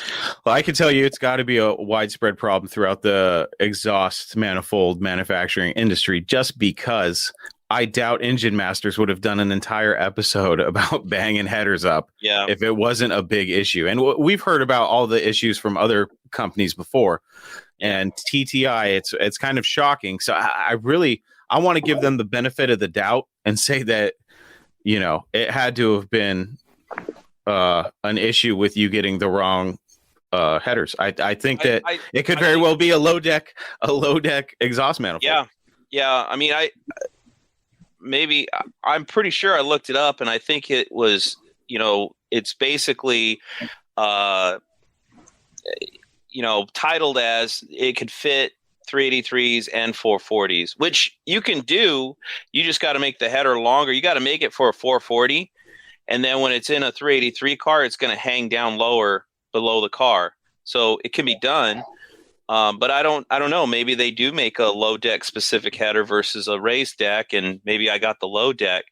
I'd be curious because that could be something too. That header might have been built on the wrong jig. If they had some sort of lot history record leading back to my purchase, it'd be nice to know, like, oh yeah, that right side, that was for a 383 car, sorry about that, something like that. I don't know. All right. Now that I've lost all chances of TTI ever sponsoring this podcast,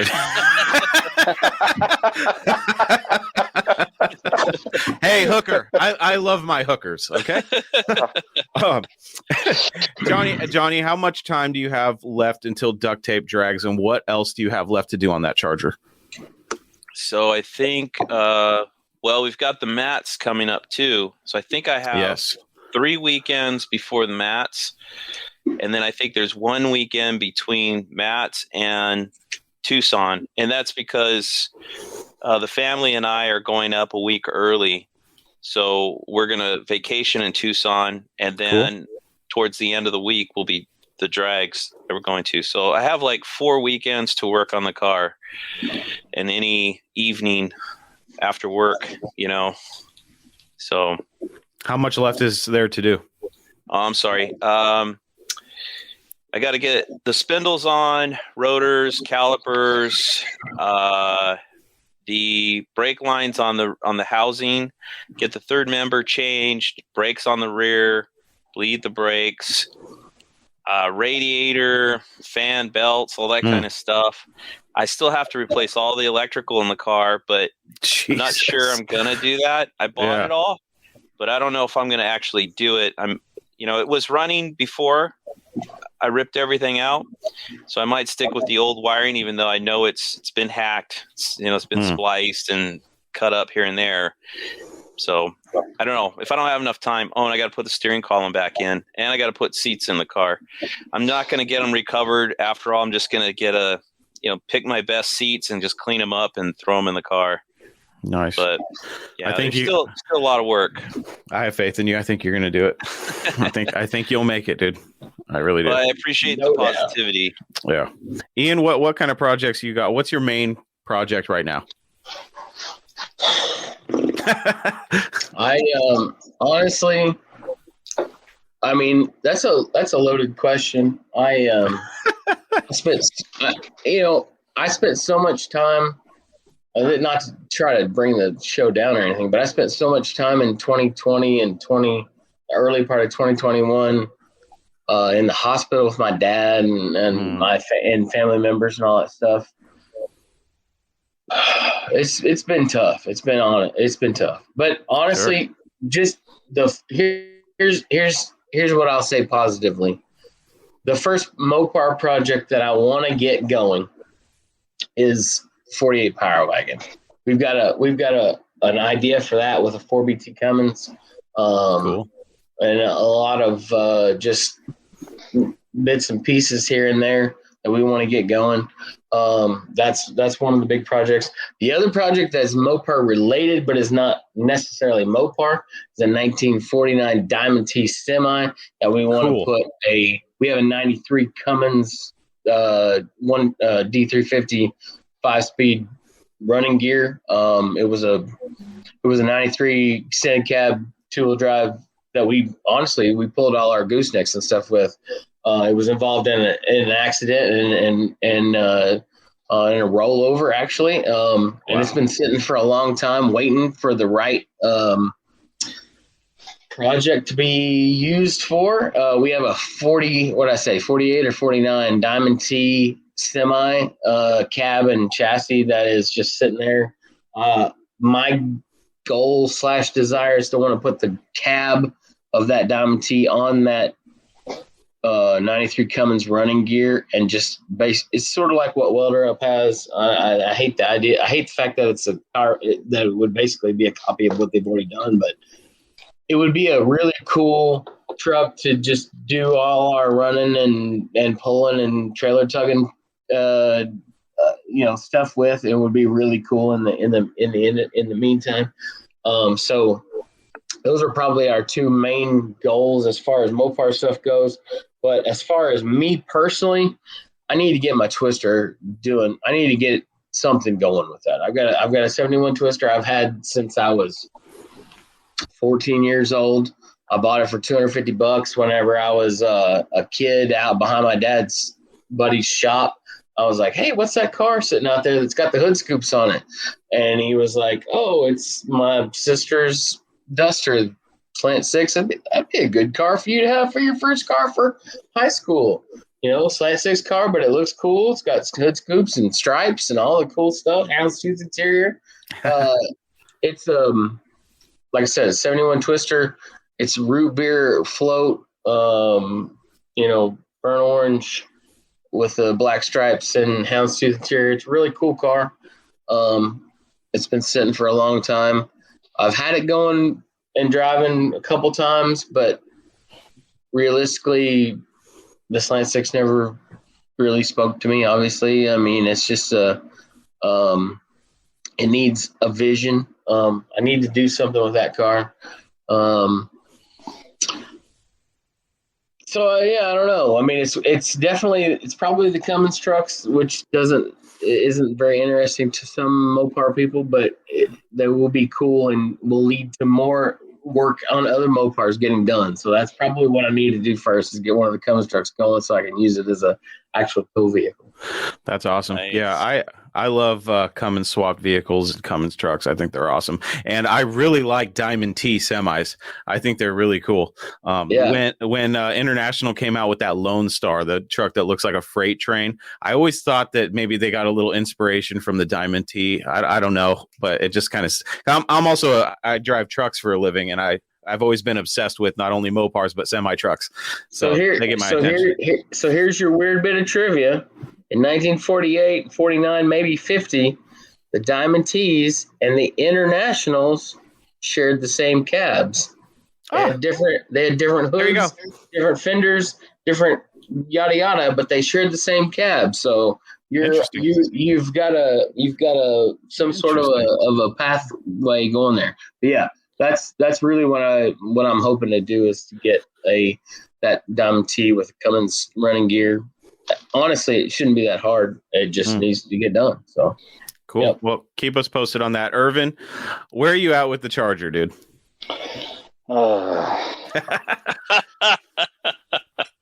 It's a mess. Yeah. No, actually, How can he work on it? He's got no time. He's got two jobs.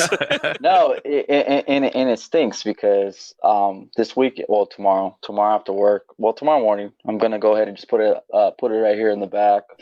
I'm gonna start ripping her apart, and I'm gonna try to take my sweet time with it. I'm rebuilding the block again.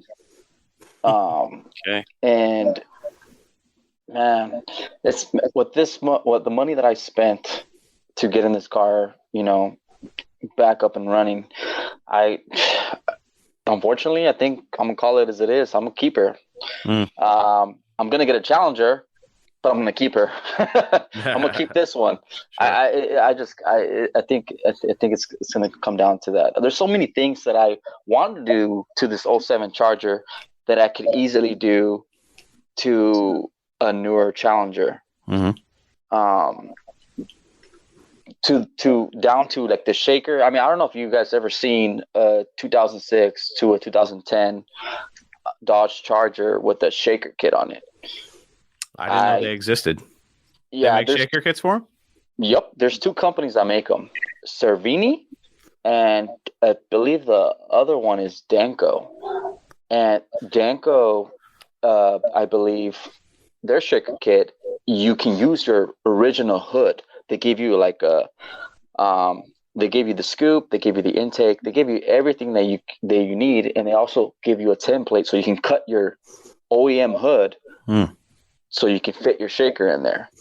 Cervini actually gives you an aftermarket fiberglass hood, and I've been a big fan, man. I've been a big fan of the whole shaker, and And believe it or not, man, this generation Charger with that shaker kit, it looks pretty mean. And they're functional. They're functional.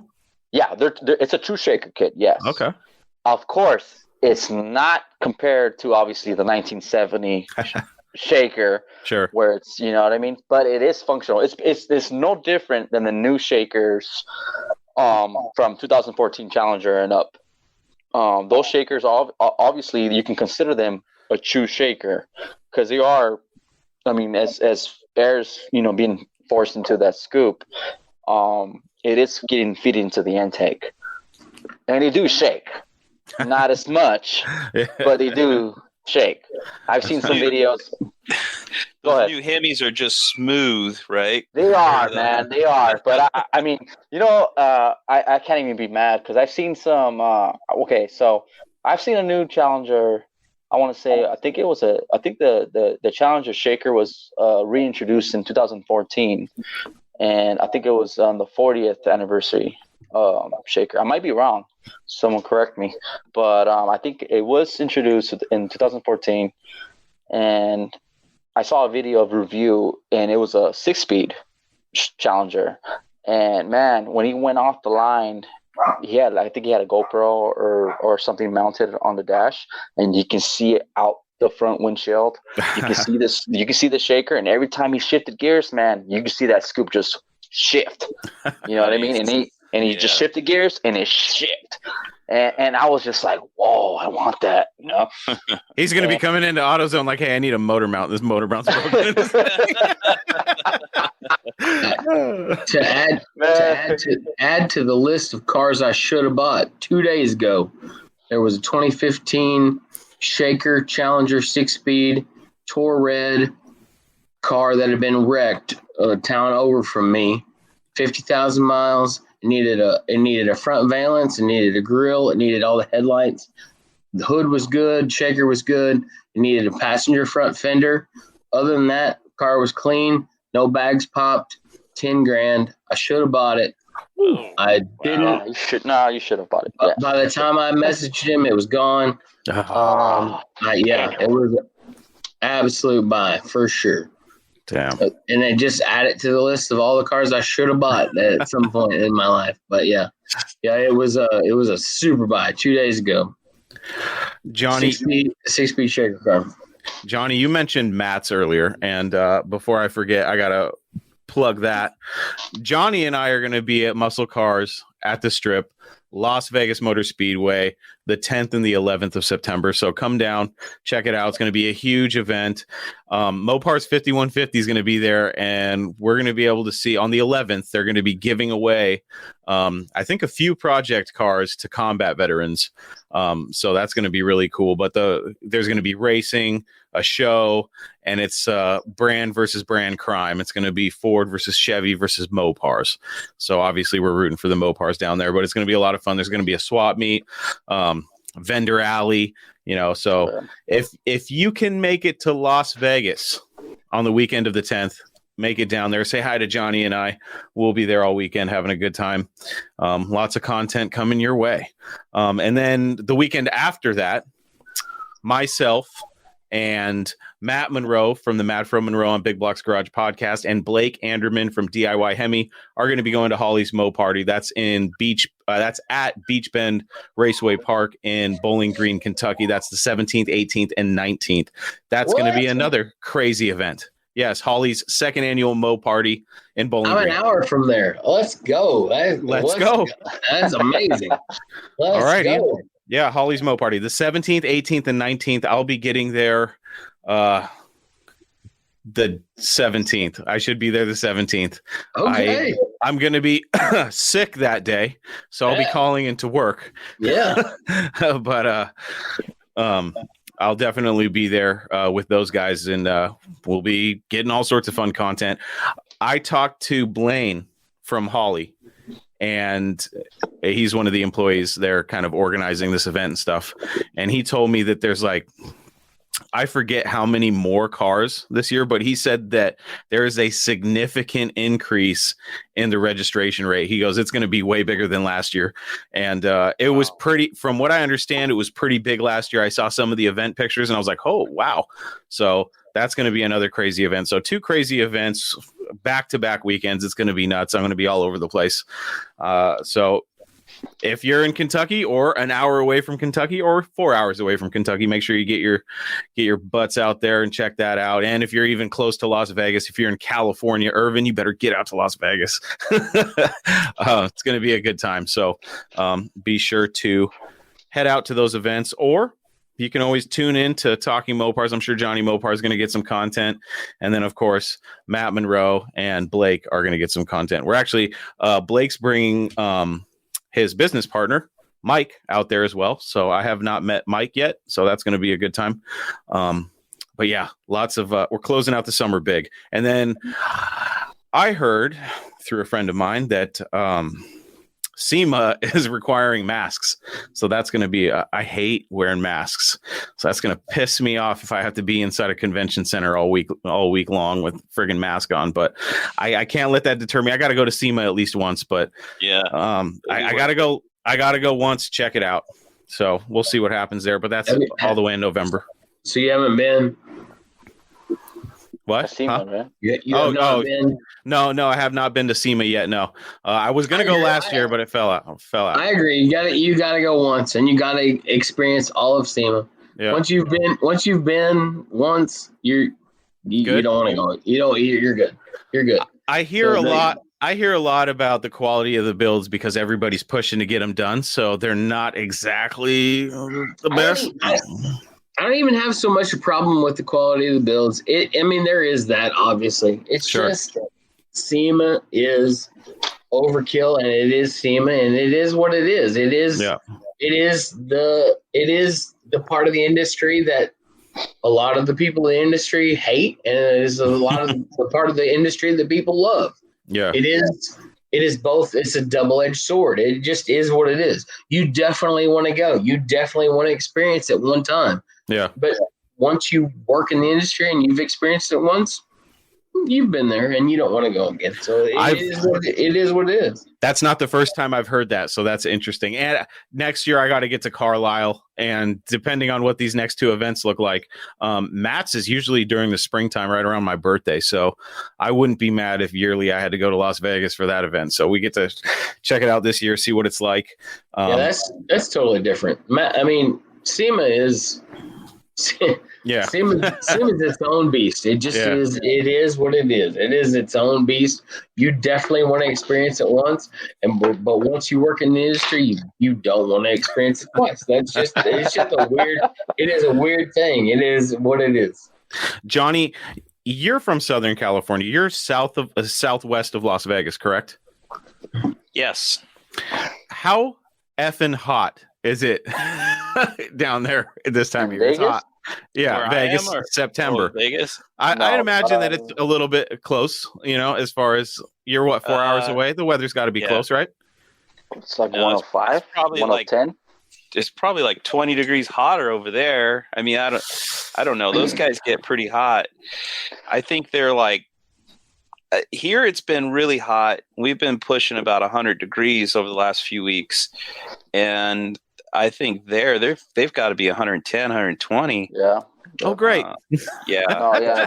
It gets hot. It gets really hot. I was in Vegas in May. It was my first time in Vegas. I loved it, by the way. It was me, my girl. We spent 3 nights there. I like to gamble and pretty much paid off our trip. So that was good. But everywhere there is air conditioning. So you're in the hotel, you're in the casinos, everything's I know fresh. where you're going. But as soon as you step outside to the strip, the devil himself slaps you in the face. I went there in July once, and I walked outside and I could feel the heat go into my lungs. I was like, this is bad. You're breathing it in. Man, I had swamp ass all week. It was awful. Yeah. So it's definitely going to be fun. I got to give a word of warning to any, I say this with love, mere mortals who are just car people who want to go to SEMA to see the sights, right? I mean, which is what any car guy wants to do. You want to go to SEMA to see the sights. If you're a car guy who's in the industry of any sort, it doesn't matter what, if you work with a manufacturer or if you're a builder or whatever, there is so much stuff that you're getting constantly dragged to and constantly like made to be like, you got to do this, you got to do this, you got to do this. Like, it's not a fun, it's not a fun experience for those people. And I just want to say, for all the people that just are there to experience it, just give them a little bit of credit, because it's a bad week for them, and that's just all I gotta say. They're being as happy as they can be, I promise, because they know that everybody is there to see them and all that stuff, but at the same time, they are living their worst life. Fireburger, Finnegan, all those guys that you love, they are as, which ones are the best ones, because they just give their best at all times. But the podcasters are the best. Is that what you just said? Any of them, it doesn't matter. If they give you their best, that they're generally good people. But if nothing else, even if they just try and they're not being, just give them the benefit of the doubt, because it is a tough week. It really is. It really is. I wouldn't want to be one of the celebrities that has to go to all the different booths and sign autographs and take pictures and shit, but that would be a little tough for me, because I just don't like that. It's hard enough. It's hard enough to work for a company that puts on a booth. Yeah. I'll be honest. I am that guy. Yeah. It's hard. Yeah. It is a hard week of work. Yeah, sure. People don't understand. They don't get it. From what I understand, they're pretty strict about all the stuff that I want to do there, which is video and audio. So I have to get special clearance for all that. So it's going to be rough. I don't know how much they're going to let me get. So that's going to be a damper on my plan, but we'll see. I got to talk to the media guy at SEMA to see what kind of leeway I get, if any at all. See what they'll let me do and what they'll let me get away with. But from what I understand, you got to get permission from each booth to actually video and stuff like that, which I understand. And I kind of knew that was going to be a pain in the ass, but yeah, we'll see.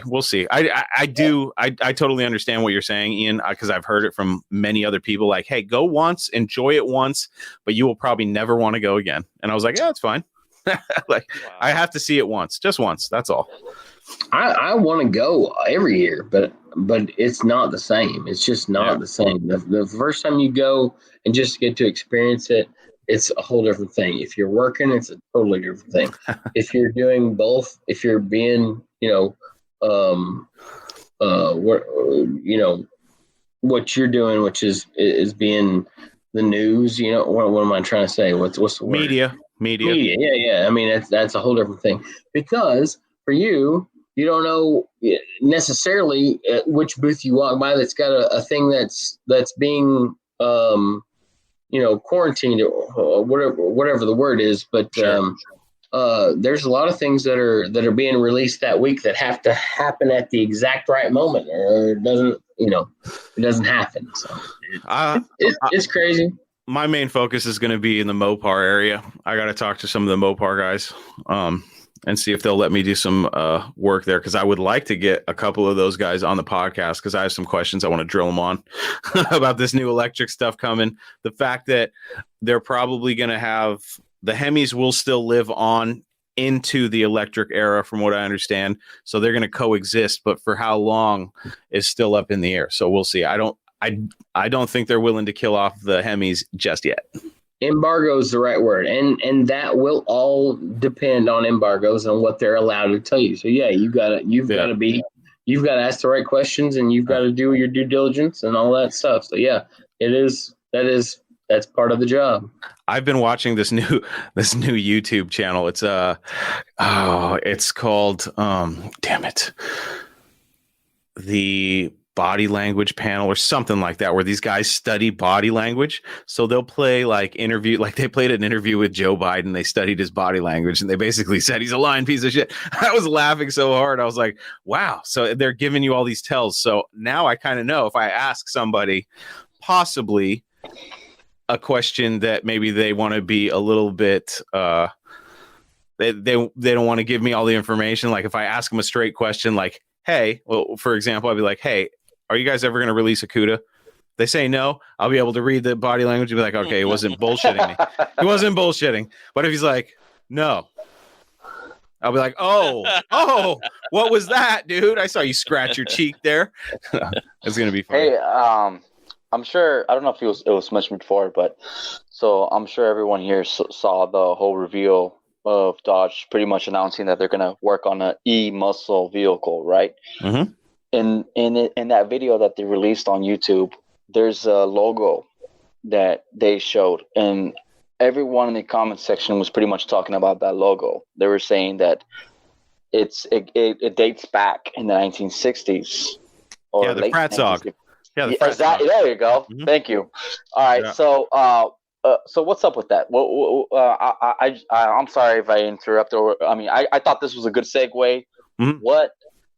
What do you think is coming in 2024? I think that's the date. I think if you really want my honest opinion, now I thought that maybe they'd call it the Hammerhead, but I think that's too obvious.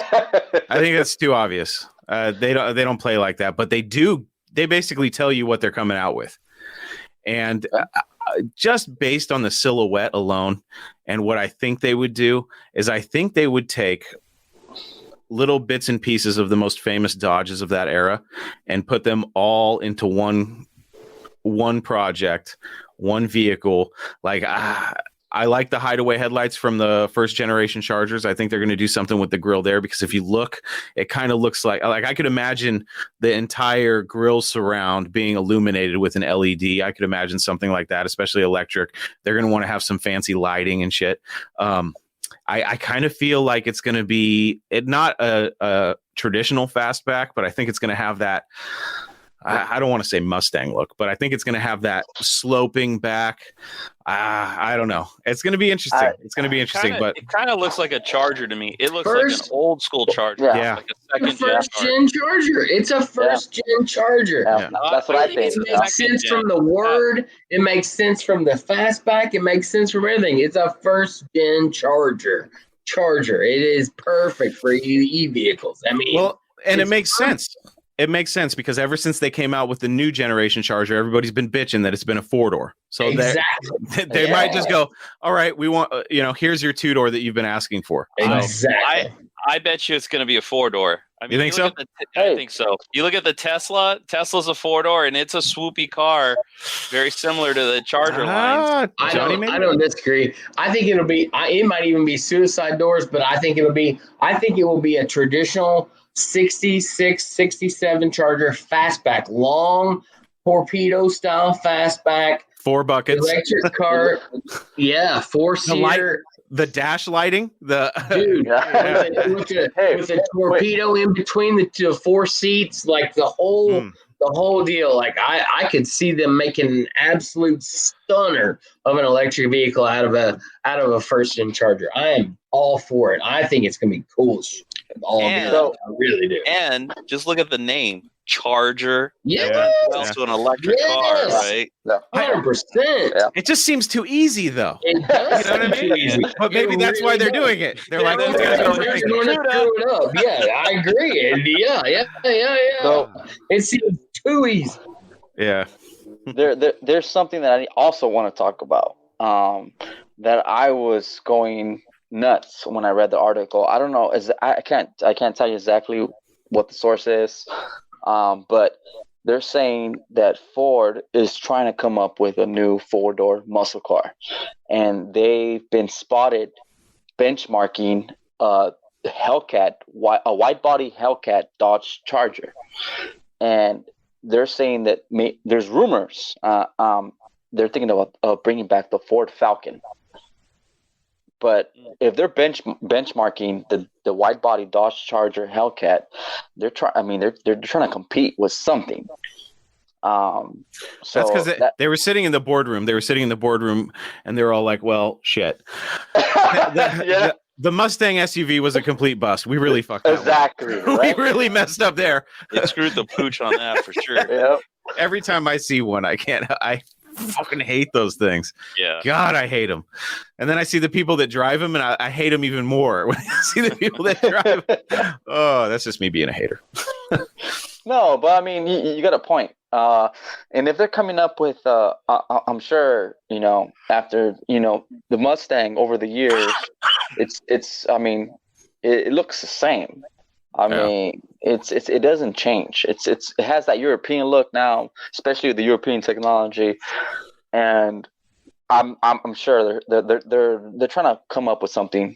They have to. Dodge is kicking their ass. Period. And I'm not even being biased. I'm not even being biased. Dodge is kicking the shit out of them. That's, as far as their entire lineup. Now, we can argue all day about the Mustang being lighter, blah, blah, blah. But I still think Dodge, I mean, like I had this one guy that was arguing. I posted a picture of my new daily driver, which is a 2018 Durango RT. And this guy said something about, I'd still rather have my Cayenne Turbo or whatever. It's like, all right, dipshit.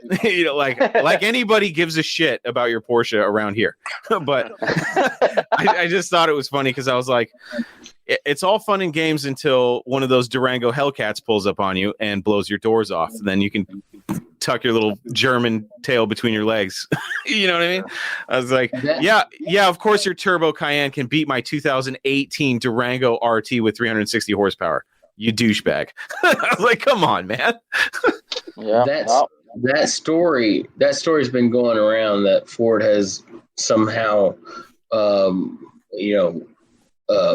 monikered Chargers, reality and tried to monitor it. None of that is reality. Ford has specifically said they have moved past passenger sedans. Period. There is no future there for them as far as what they see. Interesting. And the reality is that Chrysler has a great segment for the next 5+ years. They can do whatever they want with the LX platform from here till the foreseeable future, as long as they want. They've got that American V8 rear-wheel drive muscle segment in the Challenger and the Charger for as long as they want, because nobody else offers that. I mean, it's just a reality. I mean, it doesn't exist anywhere else. And they've got a good thing going there, and they'll milk that for as long as they can. And they keep they did the whole thing during the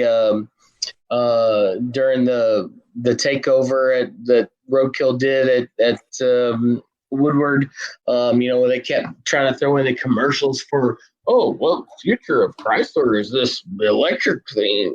It's not. It may be 5 years from now or whatever it is, but the future of Mopar is Hellcats and Hemis in Chargers and Challengers and Durangos and Jeeps and Ram pickups for the next 5 to 10 to 15 years, as long as they can get away with it, because it is the last bastion of the family of muscle, that whole thing that they're promoting right now, because they're the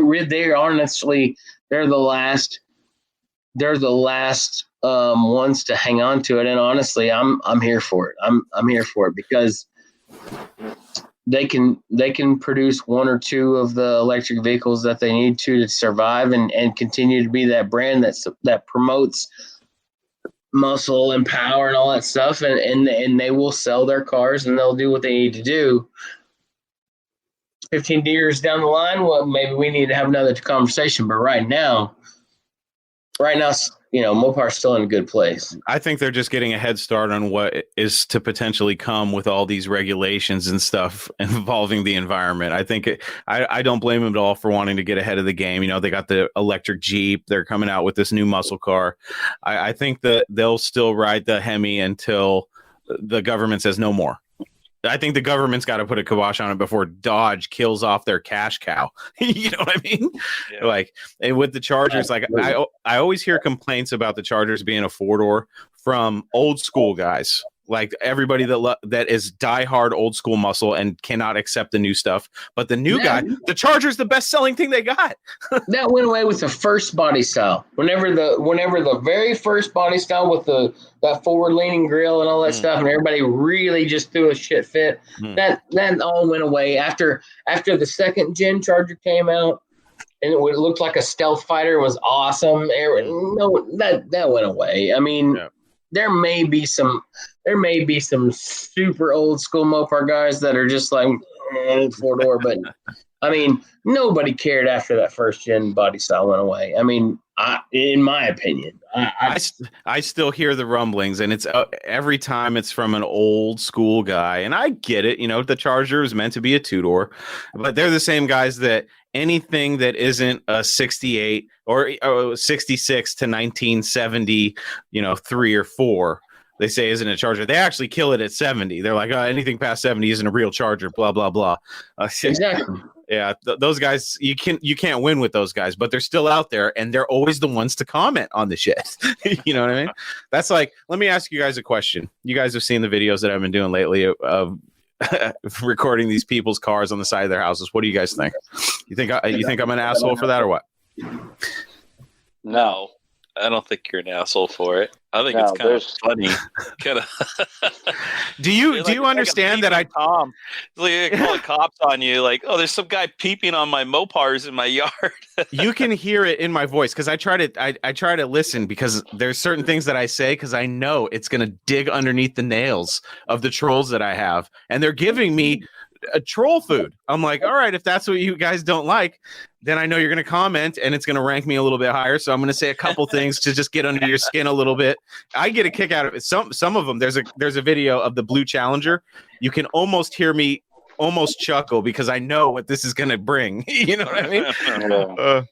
I'm weird. I'm the same guy. I'm the guy who has all that stuff sitting around. I've got 30 acres of crap sitting around that I haven't gotten to yet, but I'm going to at some point.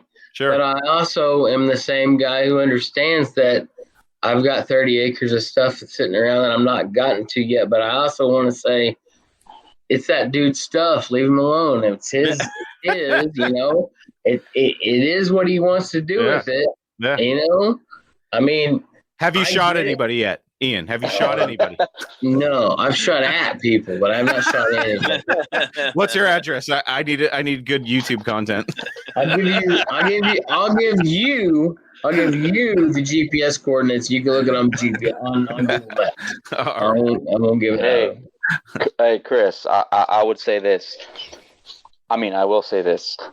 I want to say maybe 5, close to 10 years ago, I was that guy who would be walking and I see a car, whether it was a 67 Camaro, a 1995 Chevy Impala, even imports, or a freaking a notchback 5.0 Mustang.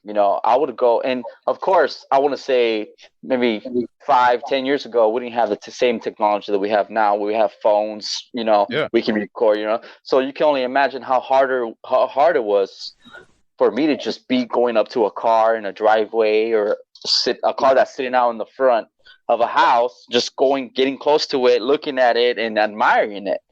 You know what I mean? It's different then, because now if you're recording it, it's kind of simple. If you know, anybody could be like, oh wow, they're taking a picture of my car, or they're filming my car. It's kind of obvious that they're admiring it. But back then, they're probably like, hey, what's going on over there? Why is he walking around my car? Why is he looking inside of it or whatever? So, you know, that's why when you say like, you know, you're asking us for, you know, opinions. Yeah. I'm just like, dude, I used to be that guy. You know, I would go, you know, and never once has anyone had an issue with that. Not, and I'm in SoCal. I'm in Oxnard. Yeah. I'm in probably the roughest, or you know, neighborhoods. You know, you call it like it is, but no one has had an issue. Not one person, especially since I'm not, you know, white. I'm going around and I've had people come out and they're just like, you know, look at me like, what's going on here, you know? And all I got to do is just look at them, point at their car, and just be like, you know, like, dude, your car, and they'll come out and they'll talk to me about it. Exactly. They'll talk to me about it. They will love to share their story. Was your first question, is that for sale? Guarantee it wasn't. That wasn't. I'm telling you, question. It makes all the difference in the world. If people would know, just to say, that for sale, man, blah, blah, blah. You just go up and talk to somebody about something, they will tell you every single detail you ever wanted to know about it. I promise you. Because all of those guys, even if it's been sitting there rotting for 20, 35, 40 years, and it is worthless, and they ruined it. And honestly, they know they ruined it. They don't want to admit it, but they know they ruined it. If you don't put that in front of them, if you don't make that like part of the big deal, and you just ask them a question about it, man, when did you get that car? They'll tell you everything you ever wanted to know. Yeah, 100%.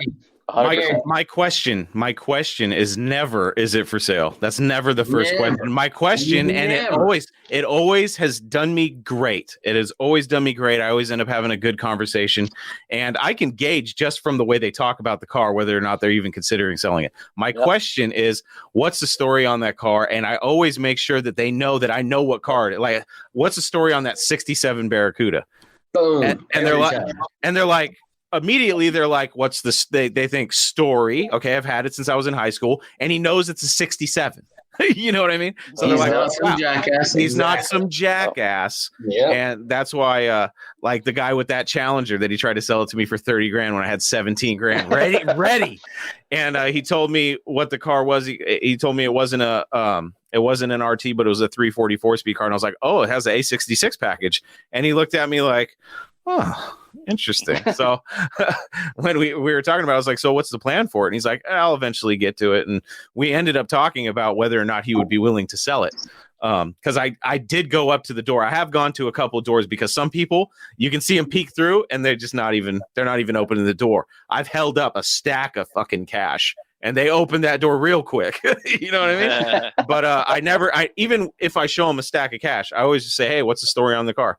And if I even get an inkling that it's like the lady with the 67 Barracuda, I could tell that it was her car in high school. She loves it to death. I have this idea. I do have, and I talked about this, I think, like quite a few podcasts ago, but I have a affiliate relationship with a company that makes car covers. So I'm working on a proposal to create some content with them as far as getting, especially with the new video content that I have, of getting car covers for those cars and going, hey, I like that car. You know, here's a car cover for it. Yeah, this is a great, cool. And I can sell them. Sense. I can tell them how cool the car cover is and all the benefits of it. Give it to them. The company that's helping me out gets a bonus, and then I get a bonus and some cool content for it. And maybe they'll call me someday when they want to sell the car. Yeah. So I'm working on that little plan. So don't tell anybody about that. Okay. You need to get something like a tag on the car so that it's got your name and your number on it. So 20 years from now, yeah. Talking Mopars may or may not be screen printed on the car cover. Just saying. There you go. We're working on something. I hope it goes through. That would be amazing. But Well, where are we at here, guys? We're creeping on 2 hours. We're I creeping know on 2 what a hours. 340, a 68 340 GTS Dart is that needs that cover right now. It's Really? been in a barn for a long time. Really? 4-speed car, super nice. Yeah. Mhm. What's the story, Ian? What's the story on it? Another cousin. Another Oh, cousin. yeah, buddy. Yeah. The cousin that introduced me to the cousin with the Superbird, it's that cousin. So yeah. 68 Dart GTS 440 or 344 speed. Super slick original car. Wow. It did have the quarter not panels, but the quarter lips cut out. It had them radius in the 60s for it looks like a super stock car. Okay. It is so sick. It is just absolutely gorgeous.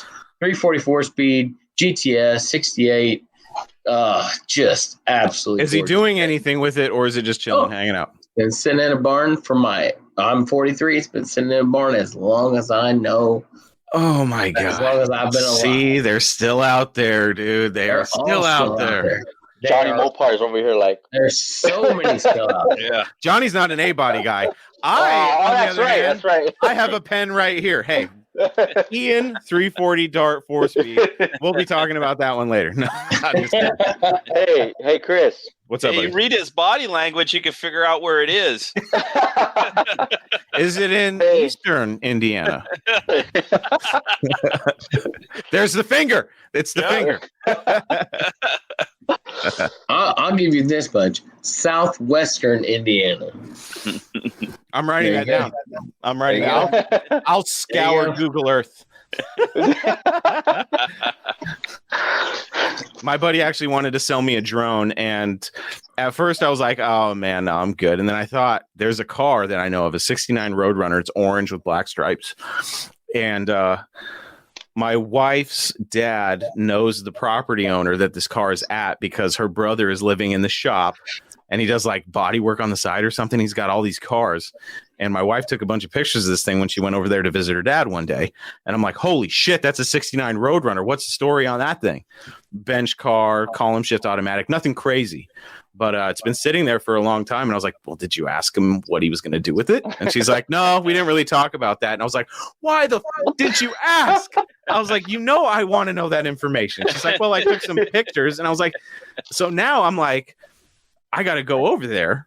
But I wish I could explain. This is not one that I can videotape from the road. It's like up a gravel driveway. Oh, no, yeah. It's going to be some encroaching. And I actually, this is how stupid I am. I actually thought maybe I'll go rent like a U-Haul truck, and I'll put an orange vest on, like I'm some sort of construction worker or something. And I'll drive up there like I'm lost. I'm like, excuse me, do you know how to get to blah blah blah? And I got the high vis always lets you get away with shit. I swear, I've worn it a couple times when I'm videotaping cars. But I thought that would be a good way in. But I also thought, well, they can't shoot me. They can shoot a drone, but it's not me, so that's good. Man. So I thought about doing like a 300-foot overhead and see if I can see it, because I can see the car from Google Earth. I just can't make out details. But I just need to grow some balls and go up that gravel driveway is what needs to happen. Hopefully I don't get shot on that one. All the trolls would love it. See, we told you he's going to get shot. He's lucky it wasn't my house. There's still lots of those places in the Midwest. I mean, there's places I definitely wouldn't even try doing anything that I do. I know a place not even 10 minutes from my house. There's a 69 Sport Satellite big block car that's sitting, and I've asked about it multiple times, and it's just not for sale. The old couple that lives in the house are like, well, it's my daughter's, and she moved to California in 72 and blah. And it's like, I'm like, so no chance. Well, not until she comes back. Well, she's never going to come back. So I have to basically have to wait these people out. Then come to find out, just talking to these people, because I'm the kind of guy who has a conversation, we go into their garage. There's a 4.5 convertible Mustang V8 car sitting in the garage. You know, there's more conversations to be had out there. Do your due diligence. There's lots of interesting things to be still had out there in the mid parts of this United States. Just saying. No, I totally believe it. And that's why I have set aside a special little fund so that I have the power, because cash is always power. You know, if that's what gets them to the door to open it, that's a good thing. I never like to start off that way, but if I see them peeking through and I got to do this, like, hey, they'll usually open the door. I don't know if I would do these same tactics down in the South. I don't think I might have to put on white face or something and go down there and try it. I don't know. I also think it depends on what kind of car you roll up in. If I rolled up in the Mr. Norm truck, they might go, "Oh, what's this?" You know, maybe have a little conversation there. I actually thought it would be a fun TV show, but something tells me that Motor Trend isn't going to come knocking here anytime soon. So I'm going to have to fund this myself. But we'll see what happens. But we've gone 2 hours, guys. It's 12:30. Thanks for joining me. This was episode 99. You know, my whole goal was to get to 100,000 downloads by episode 100, and I crossed that yesterday. I am super happy about that. And tomorrow, Saturday night, we're doing episode 100. So anybody that wants to join is more than welcome to come. I'm trying to get the rest of the motley crew of Mopars on. We'll see how that works out. Blake's a busy guy. We'll see if we can get him on. Johnny, I don't know what you got a Charger to build, so I wouldn't expect you to come. But if you want to swing by tomorrow, buddy, you can. You're more than welcome. I will try. We'll see what happens. Sounds good. Ian, do you have a social media account or anything that you want to share with people, or are you a private guy? I'm pretty private. I mean, I work in the industry, so I don't try to get too out there, but I actually have some social media stuff that I'm going to be promoting at some point. Okay. And it's kind of one of those things where the idea came to me watching a bunch of stuff that people obviously enjoy watching on YouTube. Yeah. I've got 50 plus acres of stuff. A lot of content. I have a lot of content that needs to be unearthed, so to speak. Nice. And it's cars and trucks and anything with an engine attached to it. So I actually think there's an opportunity there. I'm going to film most of it before I actually, promote it. But yeah, it's an opportunity. So possibly in the future. But yeah, right. Keep me posted, and you're more than welcome to come back on and promote that when the time comes. Man, appreciate it, all right, buddy. Irvin, what's up, buddy? Where can they find you? Well, same as always, in the garage. No, I still got that Mopar page, but I have not been active on there, so I apologize. I'm surprised that I'm still even getting new followers, and what is still it? Getting tagged. It's all out Mopar on Instagram, right? Yeah, just on Instagram, and yeah, I apologize to whoever has been following me on there. I know I've been lacking on content or shout outs and features of other people's Mopars, but I appreciate all the new follows that I'm still surprised on. But yeah, that's it. All out Mopar. That's pretty much it, brother. I mean, all right, nothing else. There you go. And hey, if you see a guy in an AutoZone that sounds like Irvin and looks like Irvin, it's probably Irvin. So say hi. And if his name tag says Irvin, it's probably Irvin. You know what I mean? Yeah. Johnny Mopar. And if please buy something. If he says, "Hey, go to the guy across the street," which is a different store, trust him. He's telling you the right thing. Let me call him first and ask him if they have what you're looking for. Right. You got to. I mean, you have to. You can't, because I mean, that's good customer service.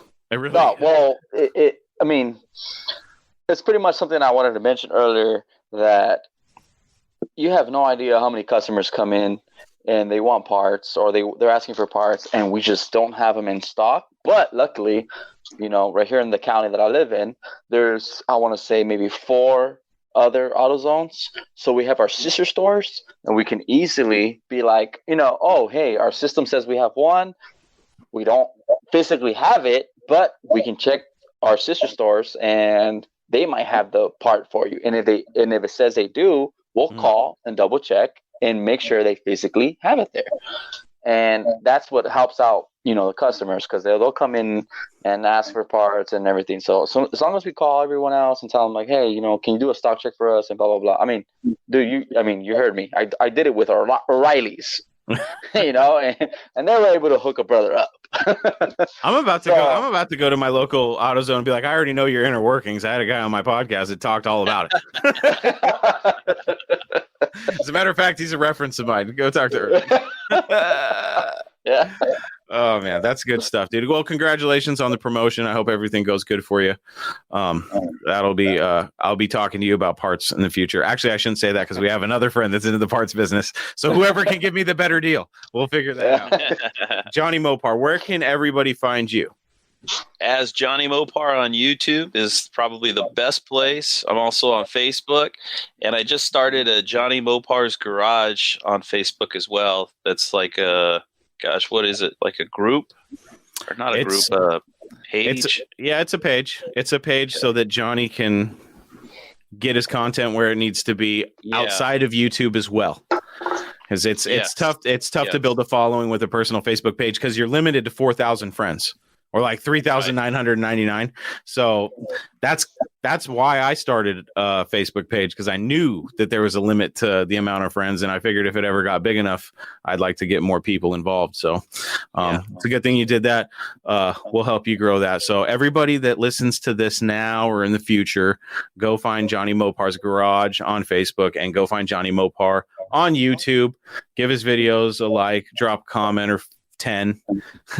Show Johnny Mopar some love. I see you're wearing a Hoosier Garage shirt. Yes, I like that channel. Yes, yeah, yeah. He's working on a Duster now. I don't know. I've heard some rumblings of that. I got to check out his channel. It's been so long, man. There's so many videos that I got to watch. I got to catch up on everything. But shout out to Adam from Hoosier's Garage. It's a great channel. It's one of the first videos I was able to find on YouTube about restoring an old Dodge van. So it's been he does some pretty good work. I've been really impressed, especially with this metal work that he's done on that thing. I was like, oh, cool. Yeah. So he's got some rusty floors on that Duster, so he's going to be swapping some panels on that car. So cool. If you're into that kind of thing or need some tips, awesome, it's worth watching.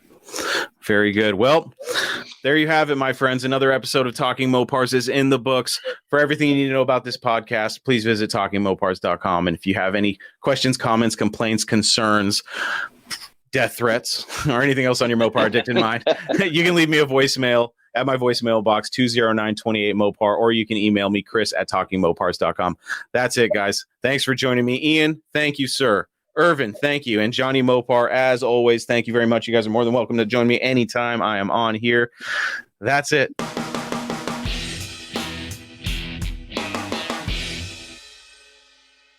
Thank you, everybody, for tuning in. Up next is episode 100. I'm super excited for it. Thank you all for listening. I appreciate you all very much. I am your host, Chris Albrecht, and that was Talking Mopars Live.